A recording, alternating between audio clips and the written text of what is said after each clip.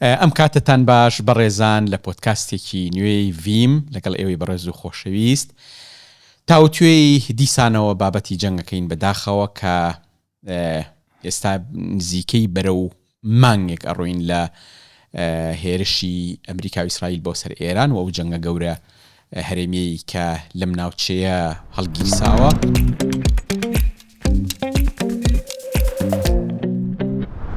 شەڕەکە بۆ شەڕێکی زۆر گەورە، ڕەهەندی جیهانی، یەکدنیا ڕەهەندی ئابووری سیاسی ئاینی هەیە، بەهۆی سۆشیال میدیا و تۆڕەکانی پەیوەندیەوە هەموو کەسێ قسەی لەسەر ئەم جەنگە هەیە و ڕەنگە مافی هەر کەسێکیش بێ کە قسەی لەسەری هەبێت. لە بەرەوەی جەنگەکە زۆر فرە ڕەهەندە، ئاڵۆزە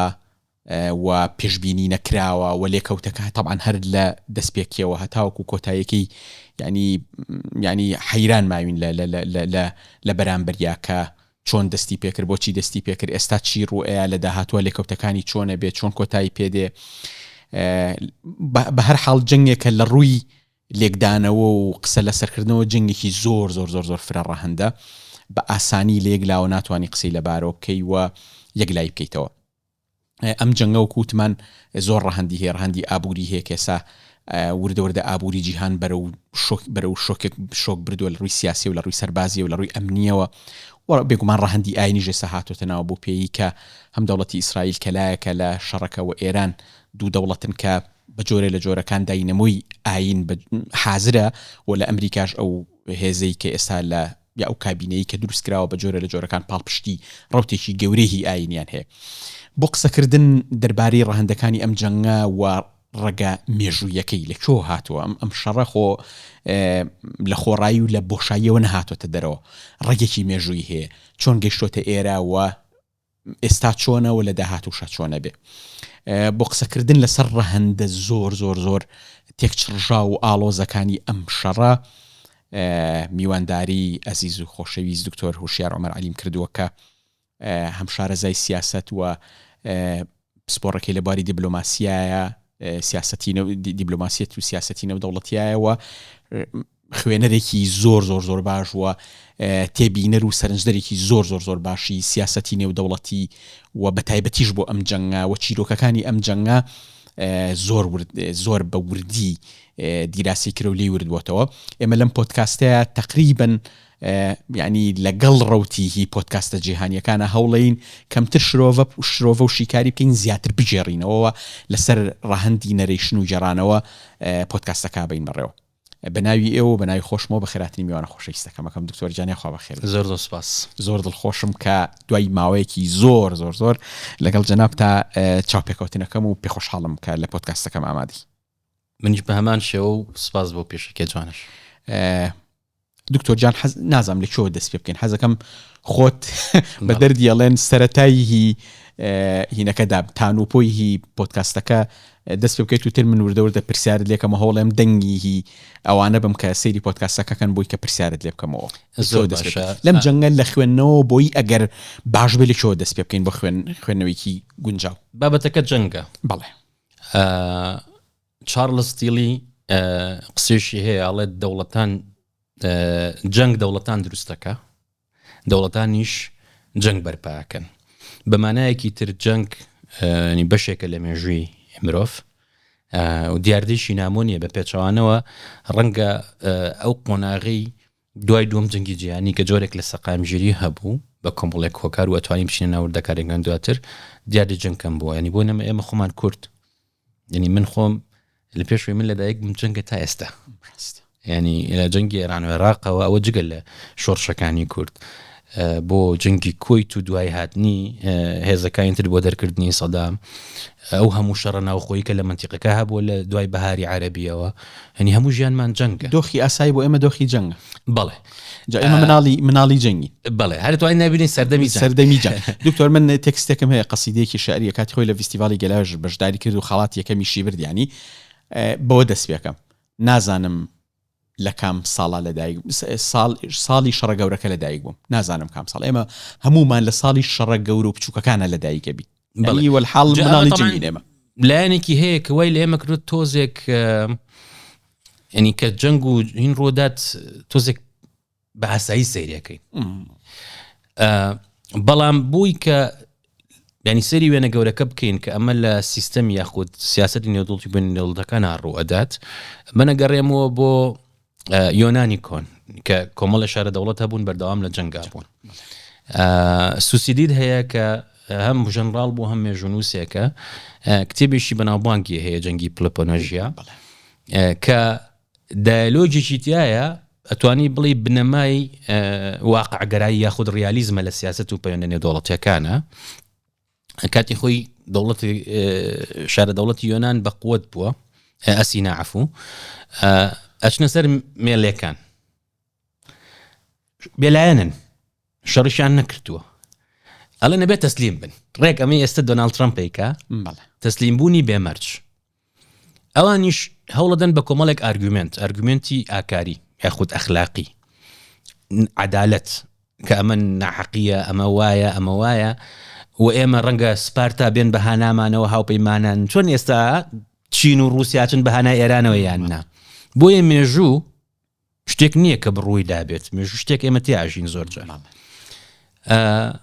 دوجار قسدێڕێکی تایە کە بنەمای واقعگەرایە و مارکارنی لە ئەم ساڵ لە وتارەکەی لە داڤۆس بەو دێڕە دەسی پێکرد سەرۆکوەزیرانی کەنەدا بەڵێ کە بەهێز ئەوە ئەکا کە ئەتوانێ لاواز ئەوە قبوڵەکە کە لە سەرەتی قبوڵیکە هەنی بە ئینگلیزیەکەی the strong do what they can the weak accept what they must ئەمە بۆ کورد زۆر ڕاستە چکە ئێمە دایم ژێردەستە بووین لایەنە لاوازەکە بووین زۆر شتمان بەسەر سپێنراوە ناچار بووین اینجا ئەم دایلۆگە چۆن بیخینە کۆنتێکستەوە لەو ڕۆژانە کە ناتەنیەوە قسەی کرد وتی زۆر فەرق نییە لە بینی مەسیح و جەنگیزخانە وە مەرجیش نییە تۆ ئاکاری بی دادپەروەەر بی ئەوە بی بۆی سەرکەوی ئەگەر قووەت هەبێ خراپە یاخود ئەهریمە نەتوانێت سەرکەوێ بەسەر چاکەیە جۆرێک لە شۆکی دروست کرد بەس ئەوە حەقیقەتی بابەتەکەی وەک وتم ئەم دایلۆگە منی ڕیشێکی زۆر مێژووی هەیە اینجا ئەم دیدگا واقعگەراییە بۆ سیاست لە ماکیاڤێلیە هەیە ماکیاڤێلی کاتی خۆی بۆ ئەو شوێن پێی گرتووە چکالێ سیاست ئەبێ وا ببینی کە هەیە نەک وەک ئەوەی تۆ ویستی هەیە یاخود حەزەکەی هەبێ حکومڕانی وایە ئەمە وایە کاتی خۆی زۆر ڕێنیشتەکانی قەدەقە ئەکراوە شارایەوە و بە تاوان سەیرەکرا لەلایەن بەتایبەت کڵێساەوە بۆ چکان و ئەمە شتێکی خراپ فێری خەڵکەکەی تۆ لە هۆبزە هەیە هۆبس کە باسی دەوڵەتە کات یاخو باسی پاشاکە نایبەستێتەوە بە شەرعیەتی ئاسمانیەوە ئەڵێت جیهانێکی دڕندەیە تەمەنێکی کووردە پێویست بە سەروەرێکی بەهێز هەیە بۆیە لە بەرامبەر ئاسایی شات و ئازادی واز لێ هێنی لە ڕۆستۆیە هەیە بۆ نمونە توانی بڵێ لە سەدەی 20 لە کیسینجەرە هەیە تا ئەندازێ لای کارل شمیت بەڵێ خۆتەزانی ڕیالیزم لە هەموو بوارەکانە هەیە لە هونەرەوە بۆ سینەما بۆ ئەدەب ئەوە بەڵام لە سیاسەتی نێودەوڵەتیە لە دوای یەکەم جەنگی جیهانیەوە ئایدیالیزم زاڵ بوو بە چ مانایەک بۆ مانای جەنگێکی ینی وێرانکەر بوو بیر لەوە کرایەوە چۆن ڕێگری لە جەنگ بکرێ بەتایبەت لە گفتوگۆکانی پاریسە و ڕێکەوتنامەی ڤێرسای کە زۆر کەسەڵێن تۆوی دووەم جەنگی جیهانی تێچانرا بە سزادانی توندی ئەڵمانیەکان چکە جۆن کەینزەیە کە ئابوورناسێکی بەناوبانگی بەریتانیا و بەشێک بووە لە گفتوگۆکان و وەفدی بەریتانی کە ئیستیقالشی کردوایی پێیوا بوو ئەوە هەڵەیەت و ئەوەندە سزای ئەڵمانیا دەی سبەینێ کاریگەریەک وایە دروستەکات شتێک بەرهەمەهێنێ کە تونند و تیشتر بێ و بە دوای تۆڵە بێت چۆن لە ئێران ئەو دیدگایە هەبووە لە ئێستا گفتوگۆشەکەین کە گەرە سەرکردایەتی لە ناوبەری تەواو لە کاتێکا ئێستا ئەیبینین کە تونتر بووە و ئێستا چەک قساکە لە مەیدانەکە و موشە قساکە کە دووەم جەنگی جیهانی ڕوویە ئەتوانی بڵێ ئایدیالیزم ئیتر کەوتە پەراوێزە ڕیالیزم ساڵ بۆ ئەمەش ببوورە لە ئایدیالیزمە تا ئەندازەیەک ئەتوانین بڵین ئایدیالیزمی کانتی بۆی ئاشتی جیهانی ئەوانە بوونی هەبووانی لە بۆ ئەوەشی کە کۆمەڵی نەتەوەکان League of Nations بۆ دروستکرا طبعا فکرەکە هی ویلسن بوو سەرۆکی ئەمریکا بەڵام دوایی کە گەڕایەوە کۆنگرێس مافی هەیە ئەو ڕێکەوتنانە پەسەندکە کۆنگرێس ڕاتی کرد پیانوە بۆم بە دەستبەرداربوون لە هەندێک لە سەروەری ئەمریکا و ئەمانە چینە ڕیالیزم و جەنگی جیهانی بەڵێ جا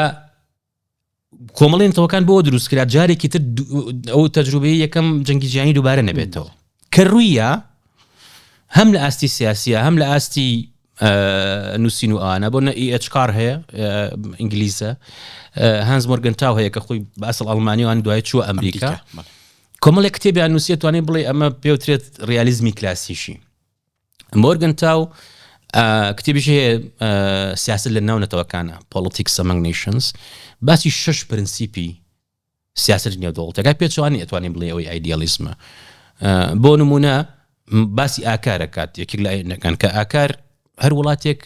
بەهای خۆی هەیە مەرج نییە شتێکی گردوونی بێت لای من و تۆ ڕەنگی ڕەش بۆ پرسەیە لە هەندستان بوونە ڕەنگی سپیە وەکو نمونەیەک ئەنجا ئەوەی کە وڵاتان لەسەر بنەمای ئامانج یاخود ئاسایشی نەتەوەی خۆیان بڕیارەدەن و مەرج نییە ئەوەی لە ناوخۆیان ئەکرێ لە دەرەوە جێبەجێ بکرێت و ئەوانە بەڵام یەک شتی تایە کە دوایی هەم بوو بەڕەخنە هەم ڕاستکرایەوە لە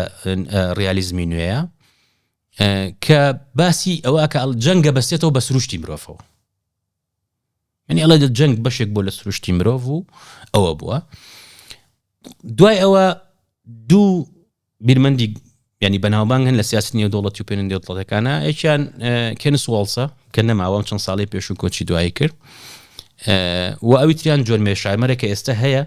و زۆر ینی ڕۆژیش نییە قسەنەکە لەسەر ئەم ڕۆداوانە نەکەر ئێرە ئەوەی ئۆکرانیش کێنس واڵس کتێبیشی هەیە کە پێوترێت تیۆری پەیوەندی نێودەوڵەتیەکان یاخود سیاسەتی نێودەوڵەتی Theory of International Politics بە ئینگلیزی ئەڵێ سیاسەتی نێودەوڵەتی سێ تایبەتمەندی هەیە یەک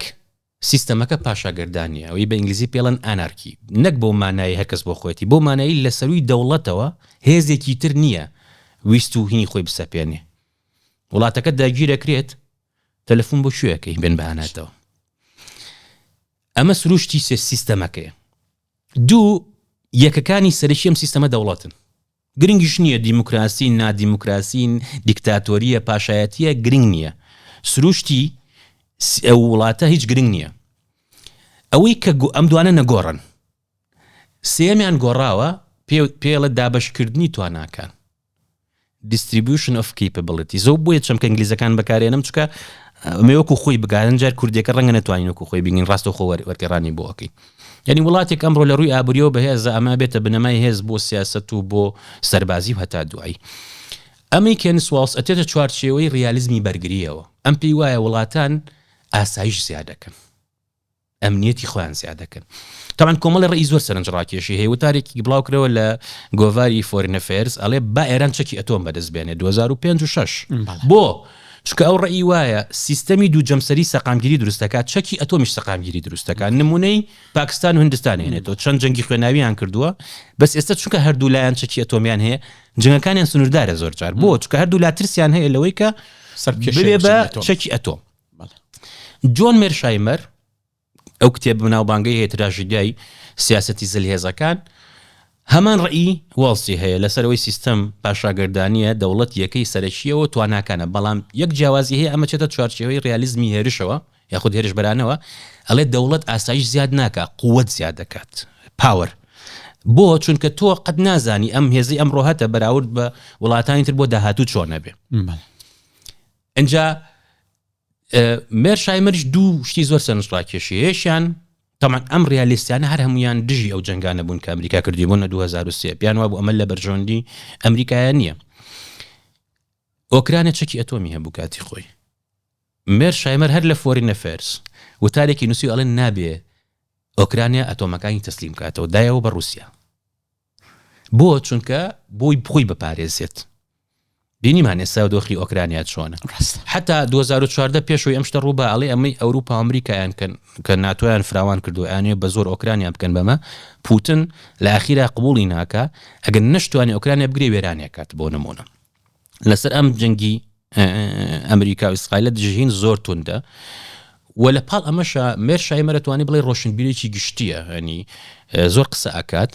بەتایبەت لەسەر لۆبی ئیسرائیلی زۆر قسەی کرۆ زۆر ڕخنی لێگیرەوە بەس ئەوەی ئەو توێتی لە ڕابردووە زۆربەی ڕوویاوە کەواتە ئەوەی کە ئێستا ئێمە ئەیبینین ریالیزمە لە پراکتیسە کە سیستەمێکە پاشاگردانیە بۆ نمونە بە پێی یاسای نێودوڵەتی هیچ وڵاتێک بۆی نهێشکاتە سەر وڵات دوێنێ سەرۆشی ئەڵمانیاڵێ ئەم جەنگەی ئیسرائیل و ئەمریکایکەن جەنگێکی ناقانونیە و کارەساتیشە ئەوەی کە کارەساتێکی استراتیجیشە بەڵام کێ توانێت دەستیان بگرێت بۆ چونکە ئەم سیستەمە سروشتی پاشاگردانی هەیە و بەهێزەوە ئاکا کە ئەوێ ڕاست بەس چاوەکە زۆر لەسەر ئەمریکای بەڵام رووسیاش بۆ نمونە هەمان شتی کردوانی بۆ نمونە رووسیا بۆ مەڵی کوتاوتە سەر ئۆکرانیا بۆ نمونە بەڵام یعنی ئەوەی کە ئێستا بە کورتەکەی و ئێستا حازرە ئەوەی کە ئێستا لە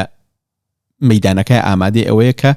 شتێکی نام و ئامادە نییە بەڵێ درێژکراوەی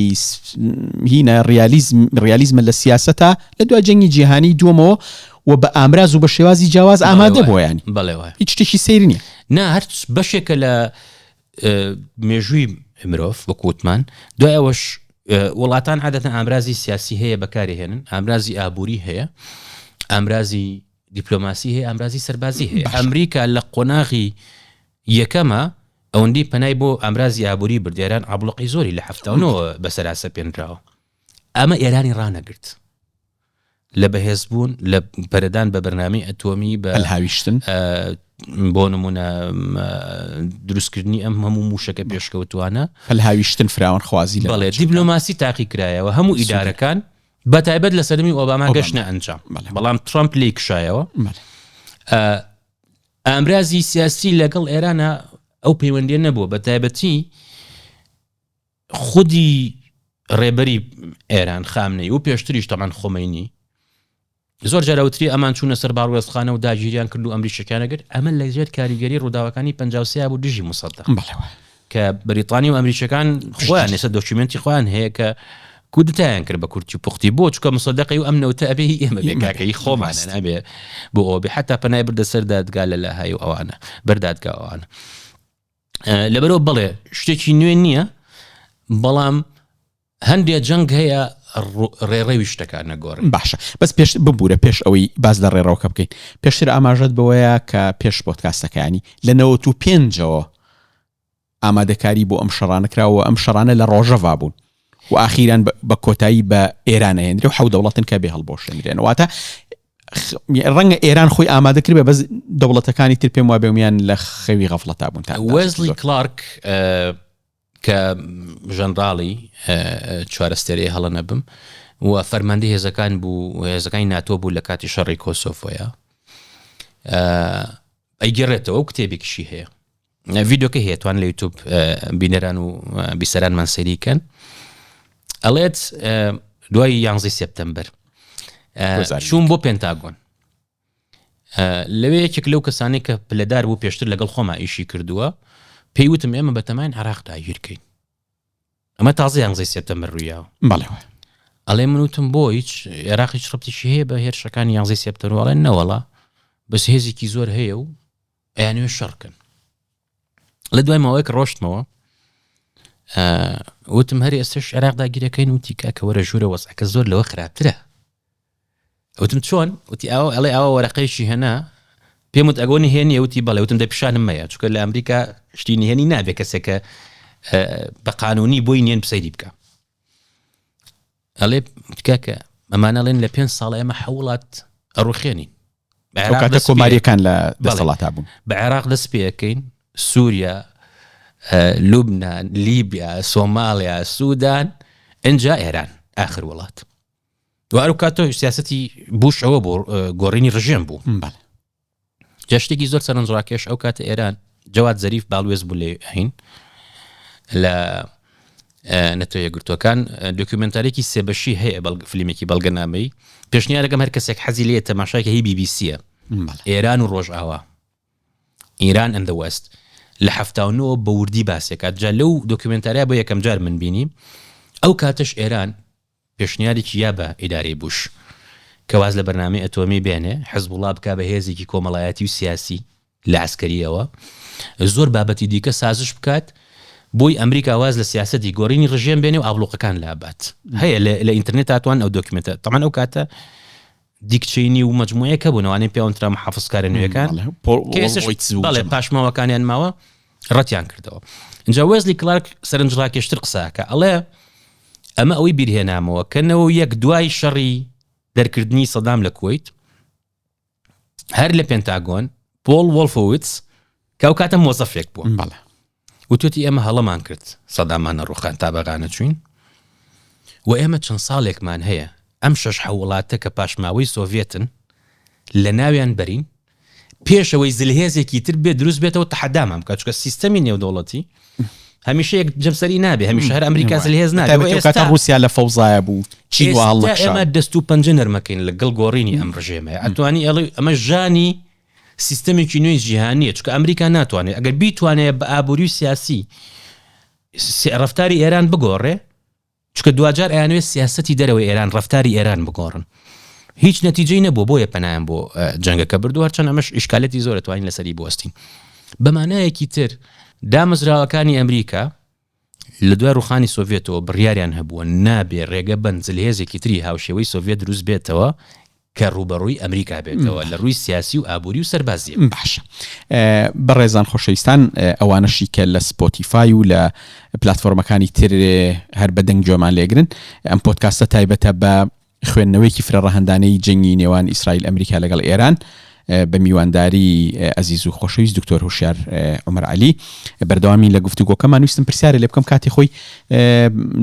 تیۆرێکە بوو لە سەردەمی بۆشەکە وەڵفۆتیز و دیکچینی و ئەوانە ئیشان لەسەر کرد پیانەوت فەوزای خەلاق هەرچەنانی زۆر ڕخنە هەبوو لەسەرەوەی کە ئەو تیۆرە ئەمریکا بڵین کۆماریەکان بە تایبەتی ئیشی پێ ناکەن و تا ئەندازێک جۆرێکە لە خوێندنەوەی هی دژە ئەمریکەکان بووین ئەو هینە ئەو تیۆرە چییە و تا چەند پاشماوەکانی ئێستا لە سیاسەتی ئێستا ئەمریکا ئیژەکە و ئەگەر ئەمریکا بە فەوزای خەلاق ئیش ناکات چونکە ئەگەر تەماشا بکەیت ئەنی ئەمریکا بەتەنیا لە خۆرهەڵاتی ناوەڕاستنا بۆ نمونە پەلاماری ڤەنزویلایە ئەوە گرینلاند خۆتەزان ینی بە ئاشکرا ئاماژە بە خاوەندارەتی گرینلاندەکە لەولاوە لە ئێستا لەم ڕۆژانەیە کوبە ئەوەی کە ئاگادار بم ینی خەریکی تەحشیدی عسکەریە سا خەریکی کۆکردنەوەی سەرباز و ئەوانە و خۆ ئامادەکردنە بۆ زەربەیەکی ئەمریکی وەکو سەرچاوەکانی هەواڵ باسەکەن ینی ئەوەی کە ئێستا ئەمریکا پاڵەنێت تیۆرێکە و ئایا هەر لە ئەساسا تیۆرێکەیە کە ئەمریکا ئەم جوڵاناکایە خود کەسێکە ناوی ترەمپە و بە ئارەزوی خۆی بەم لاکێشە و بەولاکێشە چیرۆکی ئەوە خۆی فۆزای خەلاق تۆرێک لە پارادۆکس بس هەندەی من بزانم منی لینین و ماویش ئەو دیدگایان هەموو بۆ چونکە ئێمە دەست و پەنجەمان لەگەڵ هەندێک سیاسیانان کرد لە کوردستانە کە چەپ بوون کاتی خۆی ماویست و مارکسی بوون ئەم سیاسەتیان بەکارهێنا نی لە ناو ڕێکخراوی سیاسی کوردستانە ئەمە بۆ نمونە لە ناوێشێتی ئەمە بوو بە مامجللا لەکرا بۆ چونکە ئیتوانی کۆنتترۆلی کاتەوە کەسی گوگنەوە شروع مستەفا ئەکرا بوو کە قووەت و کاریزمای ئەوەی هەبوو کۆی کاتەوە ئەمریکاش ئەم سیاست بەریتانیا خۆی ئینی ئەمەی کردووە کە ئەمە بەتە سەر ئەو گفتوگۆی ئەم دەوڵەتانی ڕۆژەڵات چۆن دروست بوون بە چ قۆناغێکان ڕۆشتون چۆن شەرعیەتیان وەرگرتووە لە ناو خۆ لە دەرەوە و ئێستا بۆ لەم کێشە و قەیرانەیان کە نازانن چی بکەن وڵاتانی کەندا و ئێستا چونکە هەر سیاست و استراتژیکان هەبوو هەمووی داڕ و خالێنی ئەوی کە پێوترا پایەکانی ئاسایشی نەوتەوەیان یاخود ئاسایشیان ئەوەی ئەمریکا کە تایبەتە بە ئێران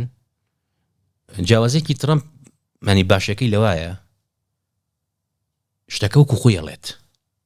یعنی جاران ئەگەر ئەمریکا بۆ نەهات بۆ عێراق کە من پێم وایە بوش خۆی ئەگەر هەموو ئیدارەکەشی بە باوەڕی بەوە هەبوو کە چارەسەری توند و تیژی و تیرۆر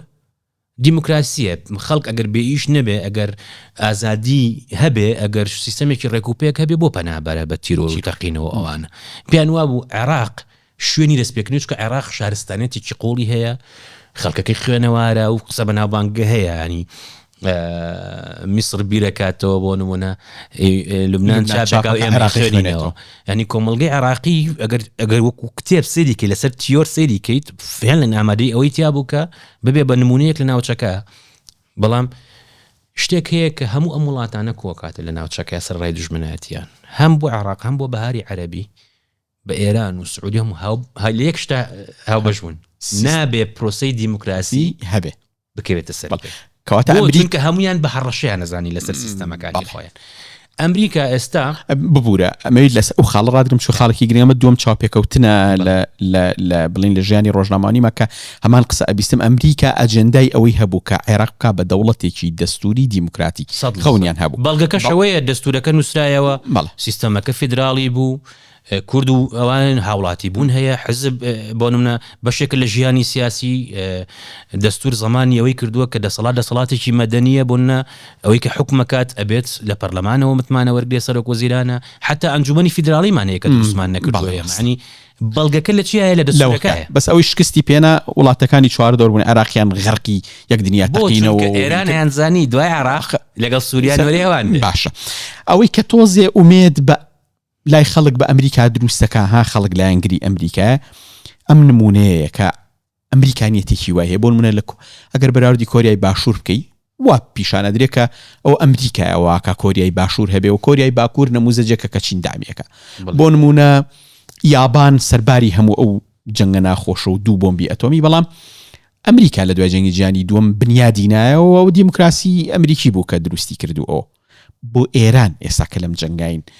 مەسەلەکە چۆنە چکە هەمان خەون هەیە و خەڵک بەشێکی زۆر لە خەڵک هەمان خەونیان هەیە کە ئێران کە ئەمریکا بە هەمان خەونەوە هاتووە ئێوە بۆ نمونە ئێران بکە بە یابانی خۆرهەڵاتی ناوەڕاست دیموکراسی لە ئێرانە بچەسپێنێ کێشەکە لەوەیە ترامپ ئەم ئامانجوونیەتەی نییە بەکوتیشمان شتەکە ترامپ خۆی لەیسە بۆ نمونە هەندێک لە سیاسەکانی ئەمریکا ڕابردویان و ئێمە ئەمانوی دیموکراسی و مافی مرۆڤ بڵاوکەینەوە ئەمە لە کاکە نەوتەکەمەوێ غازەکەمەوێ بەڵێ یعنی نایشارێتەوە 2019 بوو کەی بوو لە هین کشایەوە لە ڕۆژاوا کشایەوە دوای چۆن قەنەعەتی هەیە ناوتی منەمێنمەوە بۆ پاراستنی نەوتەکان حەزەکەم چیرۆکی ترامپمان بۆ بجاریتەوە چکە چیرۆکە دەمێکە نزیکی 20 ساڵ لەمەوە پێشەکە باز دەوەکە چۆنە بێ دەوڵەتەکانی خلیج هەبن و ئێمە بیان پارێزین و ئەوان پارەنێن بە ئێمە حەزەکەم چیرۆکی باسی ئوسترالیاکە باسی یابانەکە جا ئەو قسێ تەواوکەم و ئەوەش باسەکەین بۆ ئێران یەکەم جار وتاری یەکەمی وتی خەڵکی ئێران ئێمە دێنەوە ڕزگارەکەین و چکە کاتی خۆپشانانەکانی مانگیەکی شەوشتی وت بەڵێ دەست بگرن بەسەردام و دەستگاوین و ئەمانەیە بۆ یاڵێم لە ژێر کاریگەری قۆناغەکانی پێشوە چکە کاتی خۆی بوشی باوکی شەمەی کرد جۆرج بوش دوای کاتی شەڕی کۆیت خودکەندا و دژی سەدام وتی خەڵکی عێراق توان خۆیان دۆزعەکە بگرن دەست خۆی ئێمە ڕاپەڕینمان کرد لەگەڵ شیعە لە خۆ نەبوو بەڵام دوایی کە قەیرانەکە دروست بوو خۆی لێ بێبەری وتی کاکە من بەسم ئەو بە کودەتای سەربازی بکرێ سەدام لابەرن با بۆ وێنەی شەڕەکە و سەرکەوتنەکەی تێک نەچێ هاتن ئینان کرد ئەوە لەسەری بۆستین چکە زۆر من بیرم بچووە تۆ بیرم خەیتەوە ئێستا بەراورد دەکرێت بنەوە یەک بۆ ڕۆژەڵاتی کوردستان و ئەمە دۆخەکە و کاتە زۆر جیاواز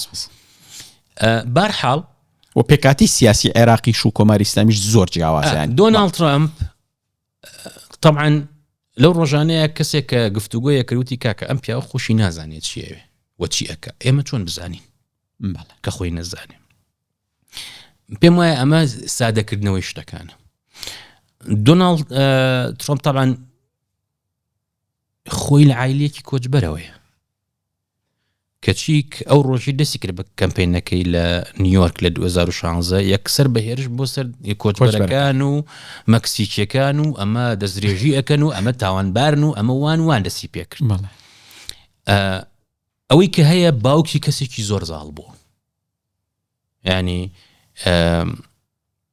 طبعا ئەم چووەتە ئەکادیمیای سەربازی بەس بە بیانووی ئەوەی ئێسکی کێشەی هێوەمانە خۆی دزیوەتە لە شەڕی ڤێتنام ینی وەنە گاڵتی بە جۆن مەکەی نەکرد کاتی خۆی ئەو پاڵەوانێ چکە دەستگیر کراوە لە کاتێکا خۆی نەچووە بۆ شەڕ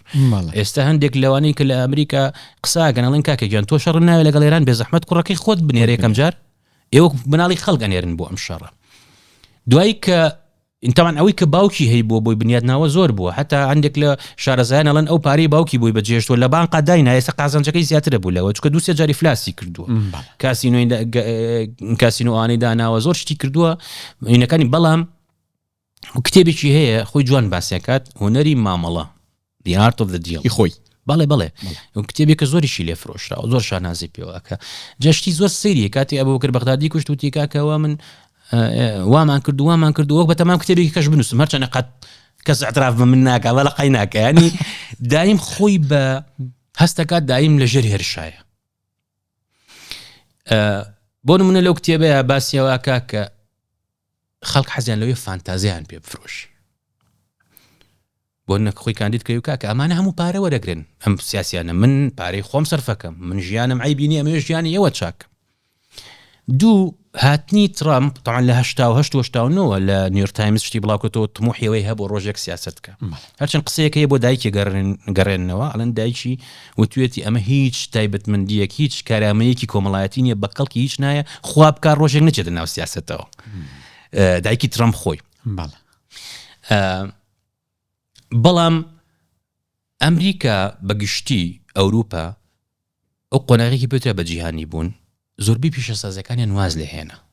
هەین ترامپ یەکێک لە پایەکانی سیاسەتی ئەوە بوو من کۆتایی بەم هەموو کۆت بەرە نایاسایەنم من پیشەسازی ستیل و فلان و فلان و فلان بنیادە نێمەوە ئەبێ ئەمریکا شت خۆی دروستکار لە کاتێکا خۆی براندی هەبوو بۆین باخ و جلو هەمووی لە چی دەرەوە دروستەکرا بڵ ئەنجا هەندێک پیان وایە بەشێک لەوەی دۆناڵد ترامپ جاری یەکەمیش بوو بە سەرۆک ئەوە بوو کە کاردانەوەی خەڵکی ئەمریکا بوو بۆ ماوەی سەرۆکایەتی ئۆباما یەکەم سەرۆکی ڕەشپێست هەندێک پیان قبول ناکرا بەتایبەت دەنگدەری ترامپ زۆربەی سپیپێز بۆ زۆربەی بەتەمانەکان بوون هەرچەند ئەم جاری دووەمە دەنگی ڕەشپێست و هینەکانی حتا موسڵمانەکان لە شیکاگۆ زۆرن کەمپینیان بۆ کرد کە ئەمە توانێت شەڕەکان کۆتایی بێپێنێ جا ئێستا لەناو ئەوەی کە پێوترێ بزوتنەوەی ماگا کە ترامپ دروستی کردووە شەڕێکی و کێشەیەکی زۆر هەیە بۆ چونکە ئەڵن کاکە تو وعدی یا سەرۆکی ئاشتیبی کۆتایی بە شەڕ بێنی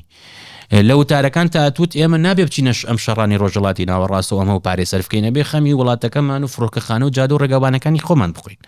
ئێستا ئەم وعدە شکانووە این کاتی خۆی بوشی باوک لەسەر یەک شت دۆڕاوتی من باج زیاد ناکەم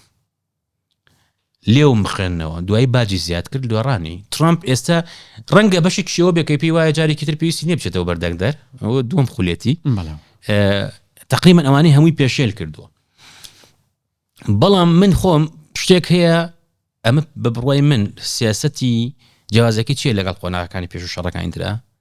ئەتوانی بڵێ سیاسەتی دەرەوەی عەسابەیە ترامپ ئەمە نازانم باس کراوە یانە لە گفتوگەکانە بەڵام لە نیویۆرک گەورە بووە خۆت زۆر فلیمو بینیوە گود فێڵۆز و فلان و فلان و فلان ئەنێکیان شاکارن لەسەر مافیاکانی نیویۆرک 5 خێزانی مافیا بوو ئەمانە ئەچوون لە پاکەرەوەی سەر جادە و کۆمپانیەکانەوە بۆ عقارات و بۆ هەموو بوارەکان دەستیان هەبوو تۆ ڕێستۆرانتێکە بوو کەسێکیانە نارد کاکە جان ئێمە پارێزین و ئاسایش بۆ دابین نەکەین و شتێکمان بەرێ تۆتت نامەوێت و حکوومەتە و پۆلیسی و چی هەیە یەکەم جار بە هۆشداری دوایی زەخت دوای هات پەنجەرەیە کێشکانی دوای هات ڕێستۆرانتەکەی سووترن ئەگەر پێویستی کرای ئەشی کوشتی ئەنجا بە کوڕەکەتەوت ئەدەی بێزەحمەت ئەوە بکە ئەگەر دیقەت بەی ترامپ بەم ڕووکردە سیاسەتەکە هێزی نار بۆ ئێران پیوا بوو ئەم هێزە زۆرە واکە ئێران تەسلیم بێ چکەویت کۆفوتی لە فۆکسیوتی کاکە سەرۆک سەری سوڕماوە ئێرانەکان ئەمە شتە بینن بۆ تەسلیم نابن کە ئەمە نەبوو هێرشەکەی کردووە کە ئەمە نەبوو سەرکردەکانی کردووەتە ئامانج ینی دوێنێ لە ئەو یەکێک لە کۆنگڕ ڕۆژنامەی ئەڵێ ینی ئەڵی بەرنامەکەی ئەوەیە هەموو سەرکردەکان ئەڵێ لە ناوە بەم تا کەسێکە دۆزمەوە کە لەگەڵم ڕێ بکەوێ بۆ نمونە ڕێکەوتنی چیش بەو خاڵانەی دوێنێ نردوێنە بۆ ئێران تەسلیم بوونە لە کاتێکە نە لە کولتوری ئێرانە لە ئەسکەندەری مەقدۆنیە کە یەکەم کەس بۆ داگیری کردووە نە لە کورتی شیعە شتێک نییە بە ناوی تەسلیم بوونەوە لەبەرەوە ئەمە ڕێک گانگستەر فۆرن پۆلیسی یعنی سیاسەتیشی عەسابەیە کە ئەوەی ڤێنزوێلات باس کرد ڕێک ئەوە بوو ئەمەی کوبا باسەکەی ئەڵێ کاکە من کوبا ڕەنگە شەرەفی بۆ خۆم کوبا باشە دەستی بەسەرا ئەگرێ ئەگەر شیکارێکی دەرونی بۆ بکەین نەرچەنیشی منوتۆنی ڕاستەکەی بەڵام ئەوی کە خوێندومانەتەوە من زۆر شیکاری دەرونی بینیوە لە سەریانی کەسێکی زۆر نارسیسیستیکە زۆر خود شەیدایە هیچ مەجالیتیانی عەزەمەی هەیە بە معنای کەلیمە و باز دەکەن کە مڕاهقەی متەئەخیرەشی هەیە و تیای ئەژی بەردەوام بەو پێی کە بۆ نمونە خەڵاتی نۆبڵیان بۆ ئاشتێن داوایە کرد بە زۆر ینی کەنایە ینی وتیتر من دەزەکەم بە جەنگ هەڵگیرسانەوە بەفعلیش کردی بە زۆر لایەنیشن لە ئەو سیاسەکەی ڤەنزوێلا کە خەڵاتی نۆبڵی درایە ئەمساڵ بە زۆر خەڵاتەکەی لێسە بەبێەوەی هیچیان بۆ بکات جا بەشێک لەوەی کە ئەم جارە بۆ ئەمر ئێران مۆزوعەکە ئازادی خەڵک نییە لە ڤەنزوێلا دڵسی ڕۆدریگێز شوێنی ئەوەی گرتەوە کە بە قسەی ئەمریکای کرد ئۆپۆزیسیۆنی ئیهمال کرد کەواتە ئەتوانین بڵین کەسێتی ترامپ ڕۆڵێکی محوەری هەیە لەم جەنگەیە باز دەوەژەکرێکە نەتەنیاهۆ بە جۆرە لە جۆرەکان فریویە و یاخود کاریگەری باز لە فریودا نەکرێت و باز لە بەکارهێنا نەکرێت و باز لەوە کرێت کە نەخێر بەکارنێنراوە بەڵام بە جۆرە لە جۆرەکان یعنی قەنەعەتی پێکراوە ئەوانە کامیان بەڕێی تۆ لەم جەنگ پێم وایە هەردووشیانە چونکە ناتەنیاهو خۆی دانی پێناوتی من 40 ساڵە بەدوای ئەم دەرفەت و جەنگەوە و لە نیویۆرک تایمز بابەتێکەیە بۆ ئەو کەسانی بیانێ بخوێنەوە نی وردەکاری زیاتر وەرکردن لە سەردەمی بوشەوە هیچ نەبێت جۆرج دەبلیو بوشەوە هەموو سەرۆک وەزیرانەکانی ئیسرائیل ئەو ئینیان کردووە کە هێرشی ئێران بکرێت بەڵام ئامانجەکەەوە بۆ بەرنامە ئەتۆمیەکەی هینکەن هاوشێوەی عراق کە بنکەی ئەتۆمی هەبوو لێدرا هاوشێوی سووریا کە بنهێنی ئینیکی ئەتۆمی دابوو لیاننا نەکەوەی کە ئەم شەڕە فراوانە ببێ دۆناڵد ترامپ لەم پرۆسەیە خۆی جۆرێک لە جۆرەکان خستە ناو گۆشەیەکی داخراوە بە چ مانایەک بۆ مانایی جیاوازی ترامپ چییە لەگەڵ سەرکردەکانی کە سەرکردەکانی تر جگە لە دامەزراوەکان لە ئەمریکا ئەنجومەنی ئاسایشی نەتەوەی هەیە پێنتاگۆنی تایە وەزارەتی دەرەوەی تایە CIA تایە ڕاوێژکاری ئەمنی قەومی تایە سەرۆکی تایە جێگری تایە بە پێی پێویست وەزیرەکانی کەش بۆ نەپەیوەندی بە وزۆ هەبێ ئەو بانگەکەن ئەم بانگەکەن پێشەوەی بۆ نە بڕیارێک بدرێت جوان وردێکەنەوە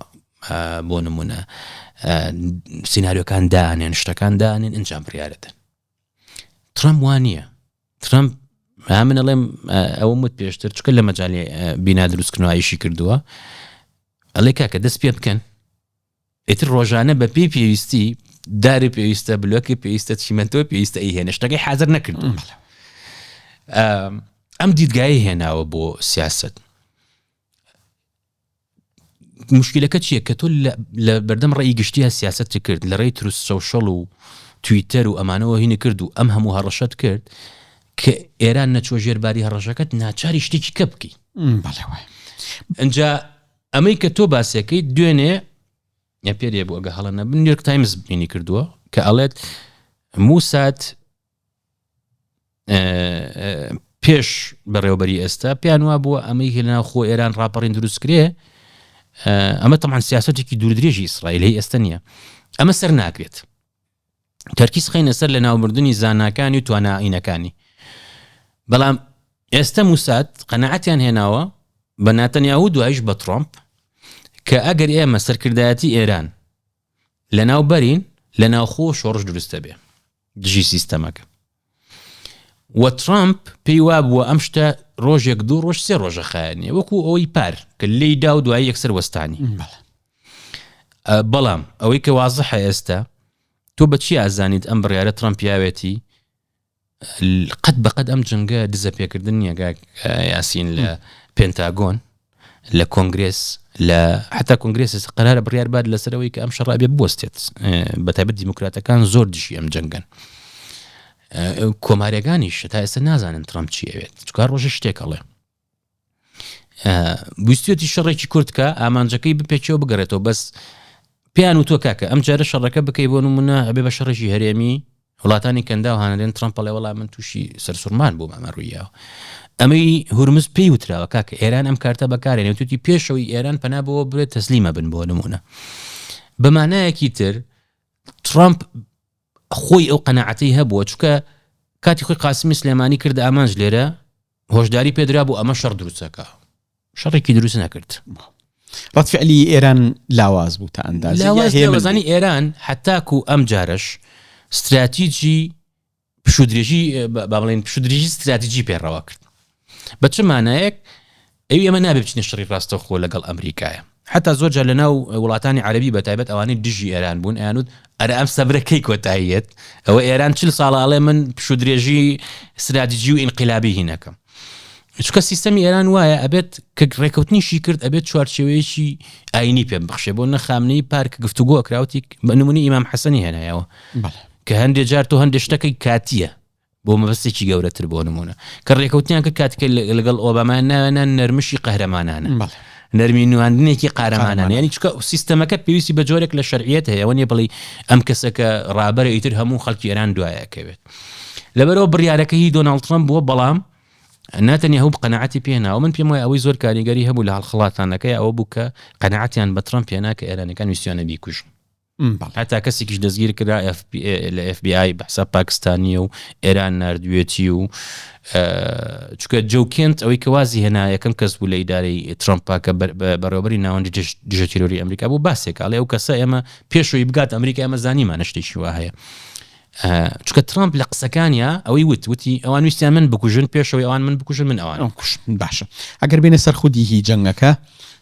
ئەم جەنگی لەم ناوەیە هەیە ڕەهەندە ئابووری و سیاسی و ئەخلاقیەکەی یعنی تا ئەندازێک ئاماژە پێیان ڕەهەندە ئاینیەکەی یعنی ئێستا لە ئێران لە ئیسرائیل و لە ئەمریکاش بە جۆرە لە جۆرەکان ئاین لە باگراوندا ئامادەیە لە ئێران وڵا ڕۆلی سەرشی هەیە ئێستا من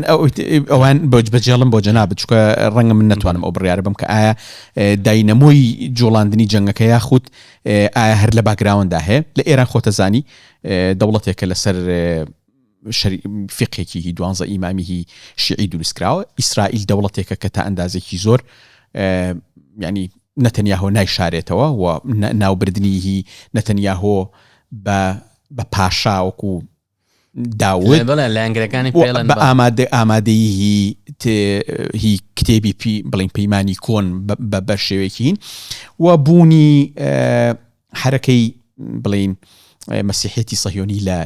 لە ئەمریکا تا ئەندازێکی زۆر یعنی و ئەکات ئەم جەنگە ڕەهەندێکی ئاینی وەرگێت کە تا ئەندازێکی زۆر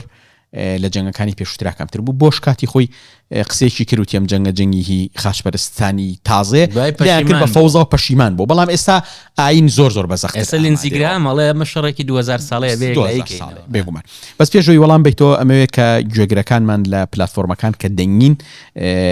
ئاگادارکەمەوە کە ئێمە درێژە بە پۆدکاستی ئەم جەنگە ئەین کە ڕەهەندە یا خود ڕەهەندە ئاڵۆزەکانی جەنگی نێوان ئەمریکا ئیسرائیل لەگەڵ ئێرانە بە ئامادەبوونی بەڕێز دکتۆر و شارۆمەرالی بەڵە فەرموو وەڵامەکەت ئەوەی ئیسرائیل طبعا لە دووەم جەنگی جیهانیە کە ڕوبەڕووی هۆلۆکۆست بوونەوە ڕویان کردە فەڵەستین بریتانیا ئەو کاتەینی کرد و لەو ماوەیە بۆریس جۆنسن دانی پیانەوەی قوتابیێشیانەیە بە ئینگلیزیڵێن حشتێک بە دوو کەس بفرۆشی و دانی پیانە کە ئێمە فەڵەستینمان بە دوو لا فرۆشتە بوو بەناوبانگەوەی ڕاگەیەنراوی بێڵفۆرد و ڕۆڵی ڕۆسچایلدەکان و ئەمانە و هەموو بەڵگە تاریخیەکانەوەمان پێڵێن چکە زۆر کلو کەسانە ماون ئێستا کە جوولەکە ڕویان کردە فەڵەستین پێشوازیان لێکرا زۆر کەس ماڵی خۆیان بۆ کردنەوە دوای لە ماڵەکانیشیان دەرکران چونکە حل لە یەکەم ڕۆشنی ئیسلام و عومەری کڕی خەتابەوە دەستکاریان نەکرد و ئەو پێکاتیانی بۆ نە کۆنترین کلێسە هەیە کۆنترین ئەمە هەیە و سەلاحەدینیش بەناوبانگە چون چ ڕۆڵێکی هەیە بۆ سەر ڕایەوەی پێشتر خاچپەرستەکان ینی کوشتارێکی هەموو موسڵمانەکانیان کوشت ئەم کە قودسی ڕزگار کردەوە دەسی بۆ هیچ نەبرد ئیسرائیل ئەتوانم بڵێم حتا کوهشتاکان و بگرە سەرەتای ناوەندەکانیش ئەوەندەی ناسیۆنالیزم ئەوەندەی تا ڕادێک فکری مامناوەند و ناوەڕاست و چەپ ساڵ بوو ئەوانەی کە حکومیانە کرد ئاین زاڵ نەبوو بۆ فەڵەستینەکانیش خۆ دەزانیت فەتح و عەرەفات و ئەوانە زیاتر تەرکیزیان لەسەر شوناس و ناسیۆنالیزم بوو تا مەسائلی دینی منی حتا بەڵگەکانی ئیسرائیل پێمان ئەڵێن کە ئەو چکە غەزە لە 67ەوە بەدەست ئیسرائیلەوە پێش 67 میسرەکان لەوێ بوو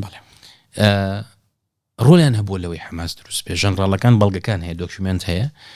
چکە پیان وا بوو ئەگەر ڕەوتیشی ئاینی هەبێ بەرامبەر ئەم ڕەوتە قەومیە یاخود ئەم ڕەوتە نەتەوەی عەرەفات ڕێگرێ بێ لەوەی دەوڵەت ینی ناتەنیاهوو بە بەڵگە هەیە کەوتوێتی هەر کەسێک ئەوێ ڕێگری بکات لە دەوڵەتی فەڵەستینی بێ پشتگیری ڕێی من بکات ینی حتا پێش 7 ئۆکتۆبر ئەو پارەی لە قەتەرەوە ڕۆشتووە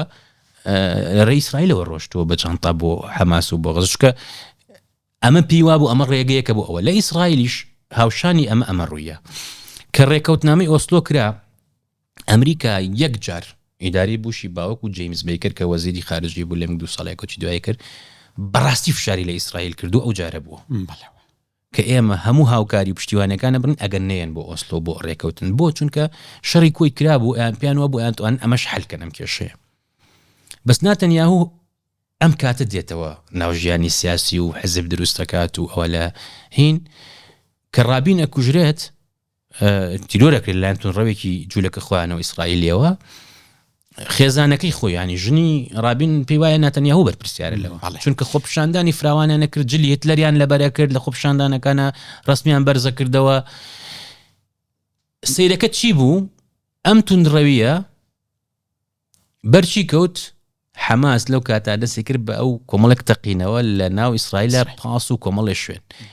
جاڵێت دۆکیومنتارێکی فرۆنتلاین هەیە ناتەنیاهو لە جەنگدا بە دروستێژی باسیەکە ئەڵێ ئیسرائیلەکان لەسەر دیوارەکان نووسیبیان ئەمە ئاشتی ئەمان کوژێ کە ڕۆژانە ئەوە بەڵێنی هەمیش ئەو هینە هەبووە لە ناو بەشێک لە جوولەکەکانە تەفسیریان بۆ تەورات و لە ناو بۆ نەمەسیحەکانە بۆ ئنجیل چونکە لە ڕۆژەڵاتی ناوەڕاستە بەگشتی ڕەوتی قەومی دوای دوم جەنگی جیهانی ساڵ بوو لە جەمال عەبدولناسرەوە بۆ قەزافی دوای لە سەدام لەو بۆ ئەو ئەمانە کە شکستیان هێنا ئەنجا ڕەوتی ئیسلامی گەشەی کرد لە ناو ئیسرائیلیشە ئەوە بوو ئێستا ئەوەی مەسیحیەکان ئێڤانجلیکان مەسیحیەکان بەس پێشۆی بچینە سەر ئەوە ویسمێک ڕوونکردنەوە بەم بە گوێگرەکان و بینەرەکانمان ڕێکەوتنی ئۆستۆ وەبزەم 1995 92 پێم بێت لە 95 هەڵاوش بەجۆنە لە ئەمریکان نۆزم شکست هێنێ ئەو بنازم بۆ 95 لە مێشما بوو ئەم ڕێکەوتنە لە بینی ئیسرائیل لە بینی یاسر عەرەفات و ئیسحاق رابین بوو ڕێکەوتنێکی باش بوو لەسەر پرینسیپی دوو دەوڵەت بڕیارەوە بوو ئیسرائیل و فەلەستینیەکان بێکەوە بژین و ئیدارەی ئەمریکا پشتگیرێکی گەورەی کرد لێرەوە اینجا ئەمە حەزەکەم بچینە چیرۆکی هی نەتەنیاهو دوای ئەچین بۆ لای هینەکان ینی بۆ ئەمریکا ڕاهەندە هینەکە حەزەکەم چیرۆکی هاتنی نەتەنیاهو بۆ ناو ئەم چیرۆکە لەگەڵ خۆشە هێنانی ئەم ڕەوتە دینیە کۆنسەرفاتی فەحەتو ئاتاتوان بڵین زۆر توندڕەوەشکە زۆر پشت بە پەیمانی کۆنە بەستێەوە لە هەموو ئەگەر تێبینیشت کرد بێ ناوی چەکەکانیان ناوی سیارەکانیان ناوی هەڵمەتەکانیان هەمووی لە کتێبی پیرۆز یاخود لە پەیمانی کۆنەوە هێنا ڕێکەوتنامە ئۆسلۆ کوتۆتە بەڵێ طبعا بۆ پێوتری ئۆسلۆ چکە پێشتر نەرویجەکان بەنهێنی لە بەینابوون بەشێک لە گفتوگوکان بەنهێنی لەوێکرا پێشەوە ئەوەی مەدرید بکرێت و وڵاتانی تر بەشداری بکەن حتا سووریاش بەشداری کرد ناتەنیاهو زۆر کاریگەری باوکی لەسەر و باوکی مامۆستای زانکۆ بۆ لە ئیسرائیل بەڵام لەبەر ئەوەی ڕەئی تون بووە کوتم ئەو کاتە ئیسرائیل کە دروست بوو یەکێک لە بنەماکانی ئەو بوو ئەبێ وڵاتێکی دیموکراسی بێ بۆی پشتیوانی دنیای هەبێ و ئێساوی لە مەترسیایە ئەمەیە بەڕاستی توانین لەسەریشی بۆستین دواتر چۆ بۆ ئەمریکا بۆ نیوجەرزی و ئەوانە لەوێ دەرسیوتەوە ناتەنیاهو ئەمە یەکێکە لە کارامەیەکانی لە ناو ژینگەیەکی ئەمریشیا گەورە بووە ئەمریشیشی زۆر ڕەوان قسە ئاکا بە زاراوە و بە شێوازی قسەکردن یەکەم جاریش کە چوە ناو سیاسەتەوە لە باڵۆزخانی ئیسرائیل لە ئەمریکاییشی کرد دا دیبێتێکی هەیە شتێکی سەرنجڕاکێشە لەگەڵ ئێدوارد سەعیدە نەتەنیاهو بەڵێ ئێدوارد سەعید باسێک بە ڤیدیۆ یا بهین بەڵێ ئێدوارد سەعید باسێکا خۆی ڤیدیۆ هەیە توان بینەران بیسەران سەریکەن ئەڵێ ناتەنیاهو بە بێژەرەکەی وت من نەک هەر قبوڵم نییە لە یەک ستۆدیۆ دانیشم لە یەک ژوورا لەگەڵ ئێدوارد سەعیدە لە یەک بیناش ئەبێ ئەو لە بینایەکی کە بێ من لە بینایەکی کە بم چکە ڕەنگە بمکوژێ لە هەشتاکانەوە باسی ئەم تونند و تیژی و توندڕەویەکانی شۆڕشی ئیسلامی کە سەری هەڵا نەکرد ناتەنیاهو مۆشەدایان ئەڵێ ئەمە بوو مەلەرزەیە و ئێمە شەگرێتەوە ئێمە لە ناو بوو مەلەرزەیەش دوای چووە توانێک تەمان کرا بە قسەکەری باڵوێزخانە چکە توانایەکی باشی قسەکردن و وتاربێژی ئەوانەی هەبوو ئێستش ئەوەی هەرماوە جگە لەوە ئێستا خۆی وەکو چێرچڵە بینێت ینی شێوازی پێی وایە چۆن چێرچڵ بوو بە ڕزگارکەری بەریتانیا و ڕۆمەڕووی ئەڵمانیا و نازیەکان بووە ئەو زاراوە بەکارین بەرامبەر ئێران و حەماس و حیزبوڵڵامان دوای چۆنەتەوە یەکگرتوەکان ئەنجا گەڕایەوە ئیسرائیل لە سەروبەندی ئەم ڕێکەوتنایە ناتەنیاهو جگە لە تەجروبەی باوکی تەجروبەی ژیانی خۆی کە لە شەڕی 67 و شەڕەکانی ترا بەشداری کردووە و سەرباز چکە خۆ دەزانی ئیسرائیلەکان هەموویان نەبێت تەجنیدی ئیلزامی ینی سەربازی زۆرم لێ بڵێ و برایەکیشی کوژراوە لە شەڕ و ئەوانەیە ئێمە بە بەدەستی لوبنانیەکان دڵنیانیم لە شەڕی لوبنانە لە کام شەڕا بزەبت کوژراوە بەڵام ئەو کاریگەری هەبووە بەس من بخۆم خوێندنەوەم وایە کە ناتەنیاهو پرینسیپی جێگری نەبووە طبعا زۆرترین حکمی کردو لە مێژووی ئیسرائیل وەکو سەرۆک وەزیران. بەس من باسی ئەوەم کرد لە کاتی خۆی کە ڕابین تیرۆرکرا بیل کلینتن زۆر کاریگەری لە سەردانە بێتاقەت بوو پێی چووکە دوای بوش کلینتن درێژی بۆ پرۆسەیە حتا کامپینی کرد بۆ پێرێز حت پێش ئەو ئەگەر حەماس و تەقینانەی نەکرای زۆر لە مێژووی نووسان ئەڵێن نەتەنیاهو دۆڕاندی بووی تەواو بە پێی هەموو ڕاپرسی شتەکە. بەڵام کۆمەڵگەی ئیسرائیلی هەم ناتەنیاهو خۆی هەم ئەو حیزمانەی ئێستا وەکو بێنگڤێر و سمۆرتیج و ئەوانە ئەمانە تەرجمەیەکی حرفی ئاینەکەن چۆن لە ئیسلامەوە هەیە ناو مەسیحێتە کە بگڕێنەوە سەری ئەوە باسکەین ئەوە هەیە هەنجا شتێکی سەرنجڕاکێش لەم هەموو شەڕانەیە کورتیاچێ بێنگڤێر سەرێکی کوردە بەڵێ ینی جوولەکەی عێراق لیفاف سەرێکی کوردە ینی زۆر جارەوەم بێنێت تۆ نادرشا دوو شەڕی گەورەکە یەکیان دۆڕێنێکی ئەنەباتەوە کاتی خۆی کە نادرشای ئێران یەکیان لای سامەڕا ئەبێ عوسمانیەکان کوردیان لەگەڵا بێ ئەمەنە شەڕەکە قورسە بێ کوردەکانی شتیاچن کە لەگەڵ خۆیانان شەڕی تر لای کەرکووک کە بێ هەموو عوسمانیەکان تیاچن بە ئیسماعیل تۆپل پاشا کە فەرماندەشیان بووە سوار چاکەکانی 50,000 کەسی نادرشا لوڕ و کورد و ئەوانە بوون. یعنی ئەم چیرۆکێکی ئێستێ من ناوم شەڕانەیان وەکرینە ئەمان شتێکی تازە نییە ڕاستە چکە زۆر شەڕ هەیە کە کوردی تیانە بوو بێت ئەو لایەنەی تر فەشەلی هێناوە. بەرحاڵ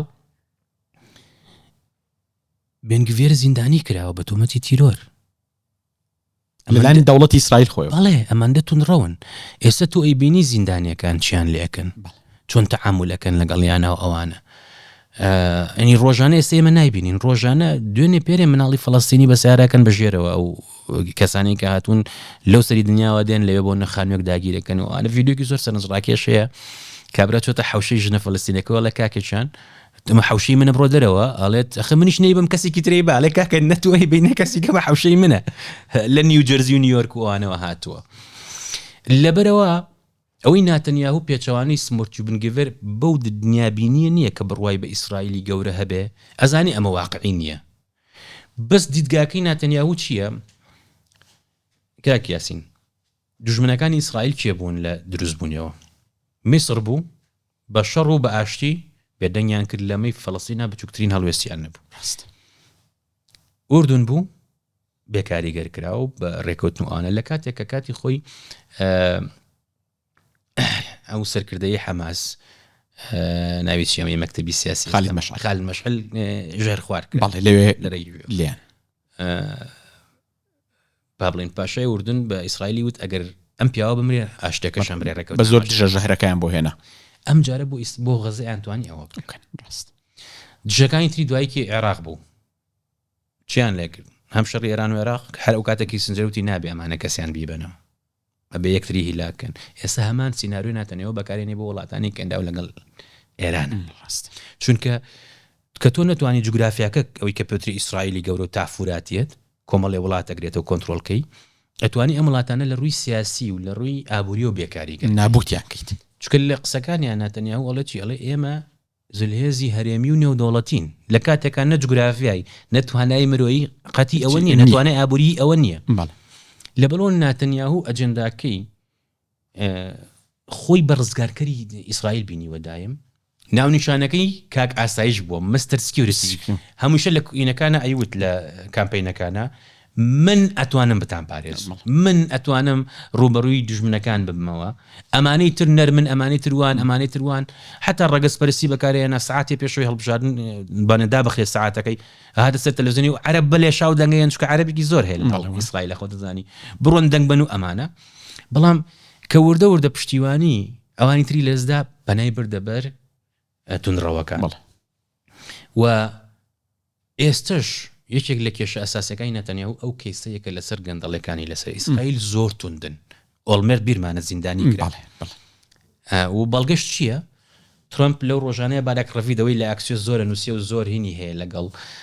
خۆی هەواڵگری ئیسرائیلی بووە لەگەڵ ئیسرائیل و ئەمریکا ئیدارەکەی زۆر تێکەڵن و ئەو هەواڵیش لەسەر کوردی شەبوو دزیان پێکرد هەر لە ڕێ ئەوە بوو یەکەم جار بڵاوکرایەوە کە ترامپ قسەی کردووە لەگەڵ کوردەکانە بۆ بەشداری لەم شەڕەیە. ئەلە ترامپ تووڕەبوو پێوتم کاکە ئەخر بەسەرۆک بڵێن کاکە لێبوردنێکی بۆ دەرکە هەموو جارێ قسەیم جەنگی لەسەر گەڵم هەر پەنابات هەر داواکە لە کاکە لێبوردن سەرۆکی ئیسرائیل کە لێیان پرسی لە فۆکس نیوتی کاکی جان سەر و سەر چاوم سپاس بۆ ترامپ کە پژگیری ئەمە ئیسرائیلەکە بەس کاکە قانون هەیە لە وڵاتەیە من ناتوانم لە خۆمەوە لێبوردنی بۆ دەرکەم لەبەرەوە بۆشە زۆر دژی محکەمە بوو دژی دادگای باڵای کاک یاسین زۆرێک لە نەتەوەکانە بەتایبەت بۆ جوولەکە بۆ ئێمە کورد عەرەب زۆرێک لەو سەرکردانەی کە هاتن دوایی وڵاتەکانیان وێران کرد بە جەنگ و بەهێز یەکەم جار هاتن بە ناوی ڕزگارکردنی میلەتەکانیانەوە هاتن ناتەنیاهوو ئەگەر خۆی بە ڕەحمەت بینی بێ ئێستا بۆ بەنەفرەت ئیسرائیلی لە ڕووی ناوخۆیی لە ڕووی هەرێمی لە ڕووی نێودەوڵەتیەوە ئەوەی کە پێوترا ئیسرائیل کە لە ناوخۆ بەهێزە و دیموکراسی منتیقەکەیە ئەوەی کە ئەمە ئێستا خۆیان جوولەکەکان ئەمە ئاڵێن کەسە دیارەکانیان ئاڵێن کاکە ئەمە بووە بە سیستەمێکی ڕەگەزپەرست لە ڕووی نێودەوڵەتیەوە کە عەتف هەبوو ئەمە نەماوە بەڵێ بێگومان یعنی تەنها ئەڵمانیا کە خۆ دەزانی هۆلۆکۆست ئەوان کردویانە کاتی دووەم جەنگی جیهانی دیفاعی لێکردن لە دادگای دادی نێودەوڵەتی ئەوەی کە بەشێکە لێوێن نەک دادگای تاوانەکان ئەوانیش کشانەوە بەڵێ ڕاست ینی ئێستا خۆی ناتوانێت بچێتە زۆر وڵات چونکە دەزیرەکە بێگومان و ناوخۆش ئێستا بە ساڕوخی ئێرانی هیچ ئەمنێتێک لە ئیسرائیلە نەماوە ئەوانە چیرۆکی زۆر لە چیرۆکیهی طبعا لە هیتلەرێکێکە بە ناوی سپیر نووسیوێت ڕێزڕێک بزەبێت هاتووە ئیسرائیل بەپارێزێ ئیسرائیلی تووشی قەیرانێکی گەورە کردو باشە چیرۆکیهی مەسیحەتی زایۆنی لە ئەمریکا ئەوش چیرۆکێکی هەزەلی و ئەوەیە ئەگەر تۆ جەنابە دوتە تراژیدی کۆمیدی ڕاستەکەی چیرۆکی ئەوان چۆنە لە بۆ مبەڕ پاساوەکانیان بۆ پاڵپشتیکردنی ئیسرائیل و تا چەند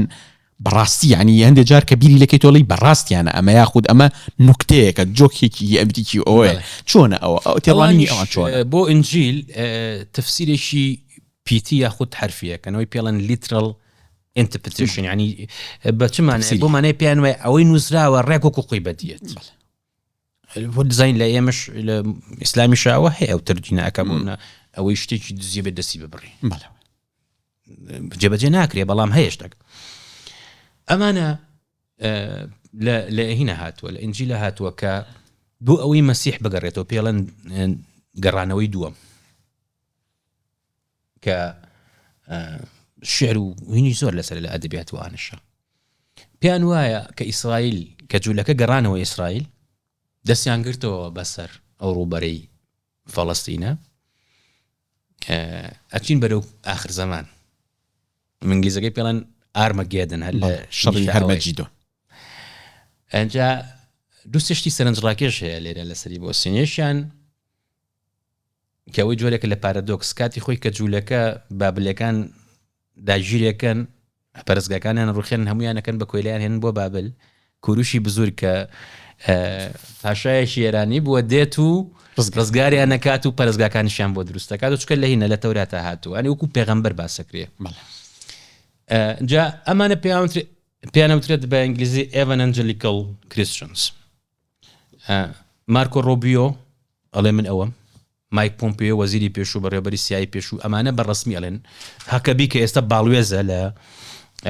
باڵوێزی ئەمریکای لە ئیسرائیل کە بە عاشکرا چاپێکردنێکی لەگەڵ تەکەر کاڵسن ئەڵێت ئیسرائیل مافی خۆیەتی ئەم ئیسرائیلی زل دروستکە ئەم وڵاتان هەمووی دەست بەسەرا بگرێتەوە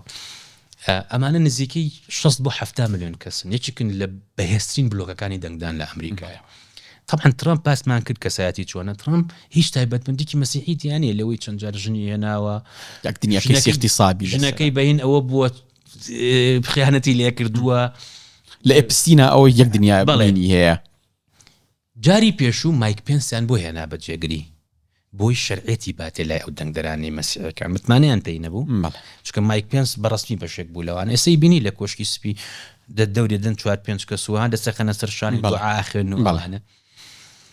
اینجا قسەیەکی ئەوە هەیە کاتی خۆیڵەن ئەمریکا هات باسی ئەومان کرد دیموکراسی بێنێ بۆ عێراق کە ڕۆشتەوە ئێمە دیکتاتۆریمان ناردەوە پێیانە چکە ترامپ بەڕاستی وەکو دیکتاتۆرێک تەعاملەکانی ئەوە قسەکەی نیچەی نەکا لە شەڕکردن لەگەڵ ئەژدیهای گرنگەوەی تۆ نەبی باشدیا بەس ئێمە وەکو ئیمپراتۆرێک تەعاملەکە وەکو قەیسەرێک تەعاملەکە بەرحاڵ ئەمانە لە ئەیپاک کە بەڕسمی لۆبی ئیسرائیلیە بەهێزترن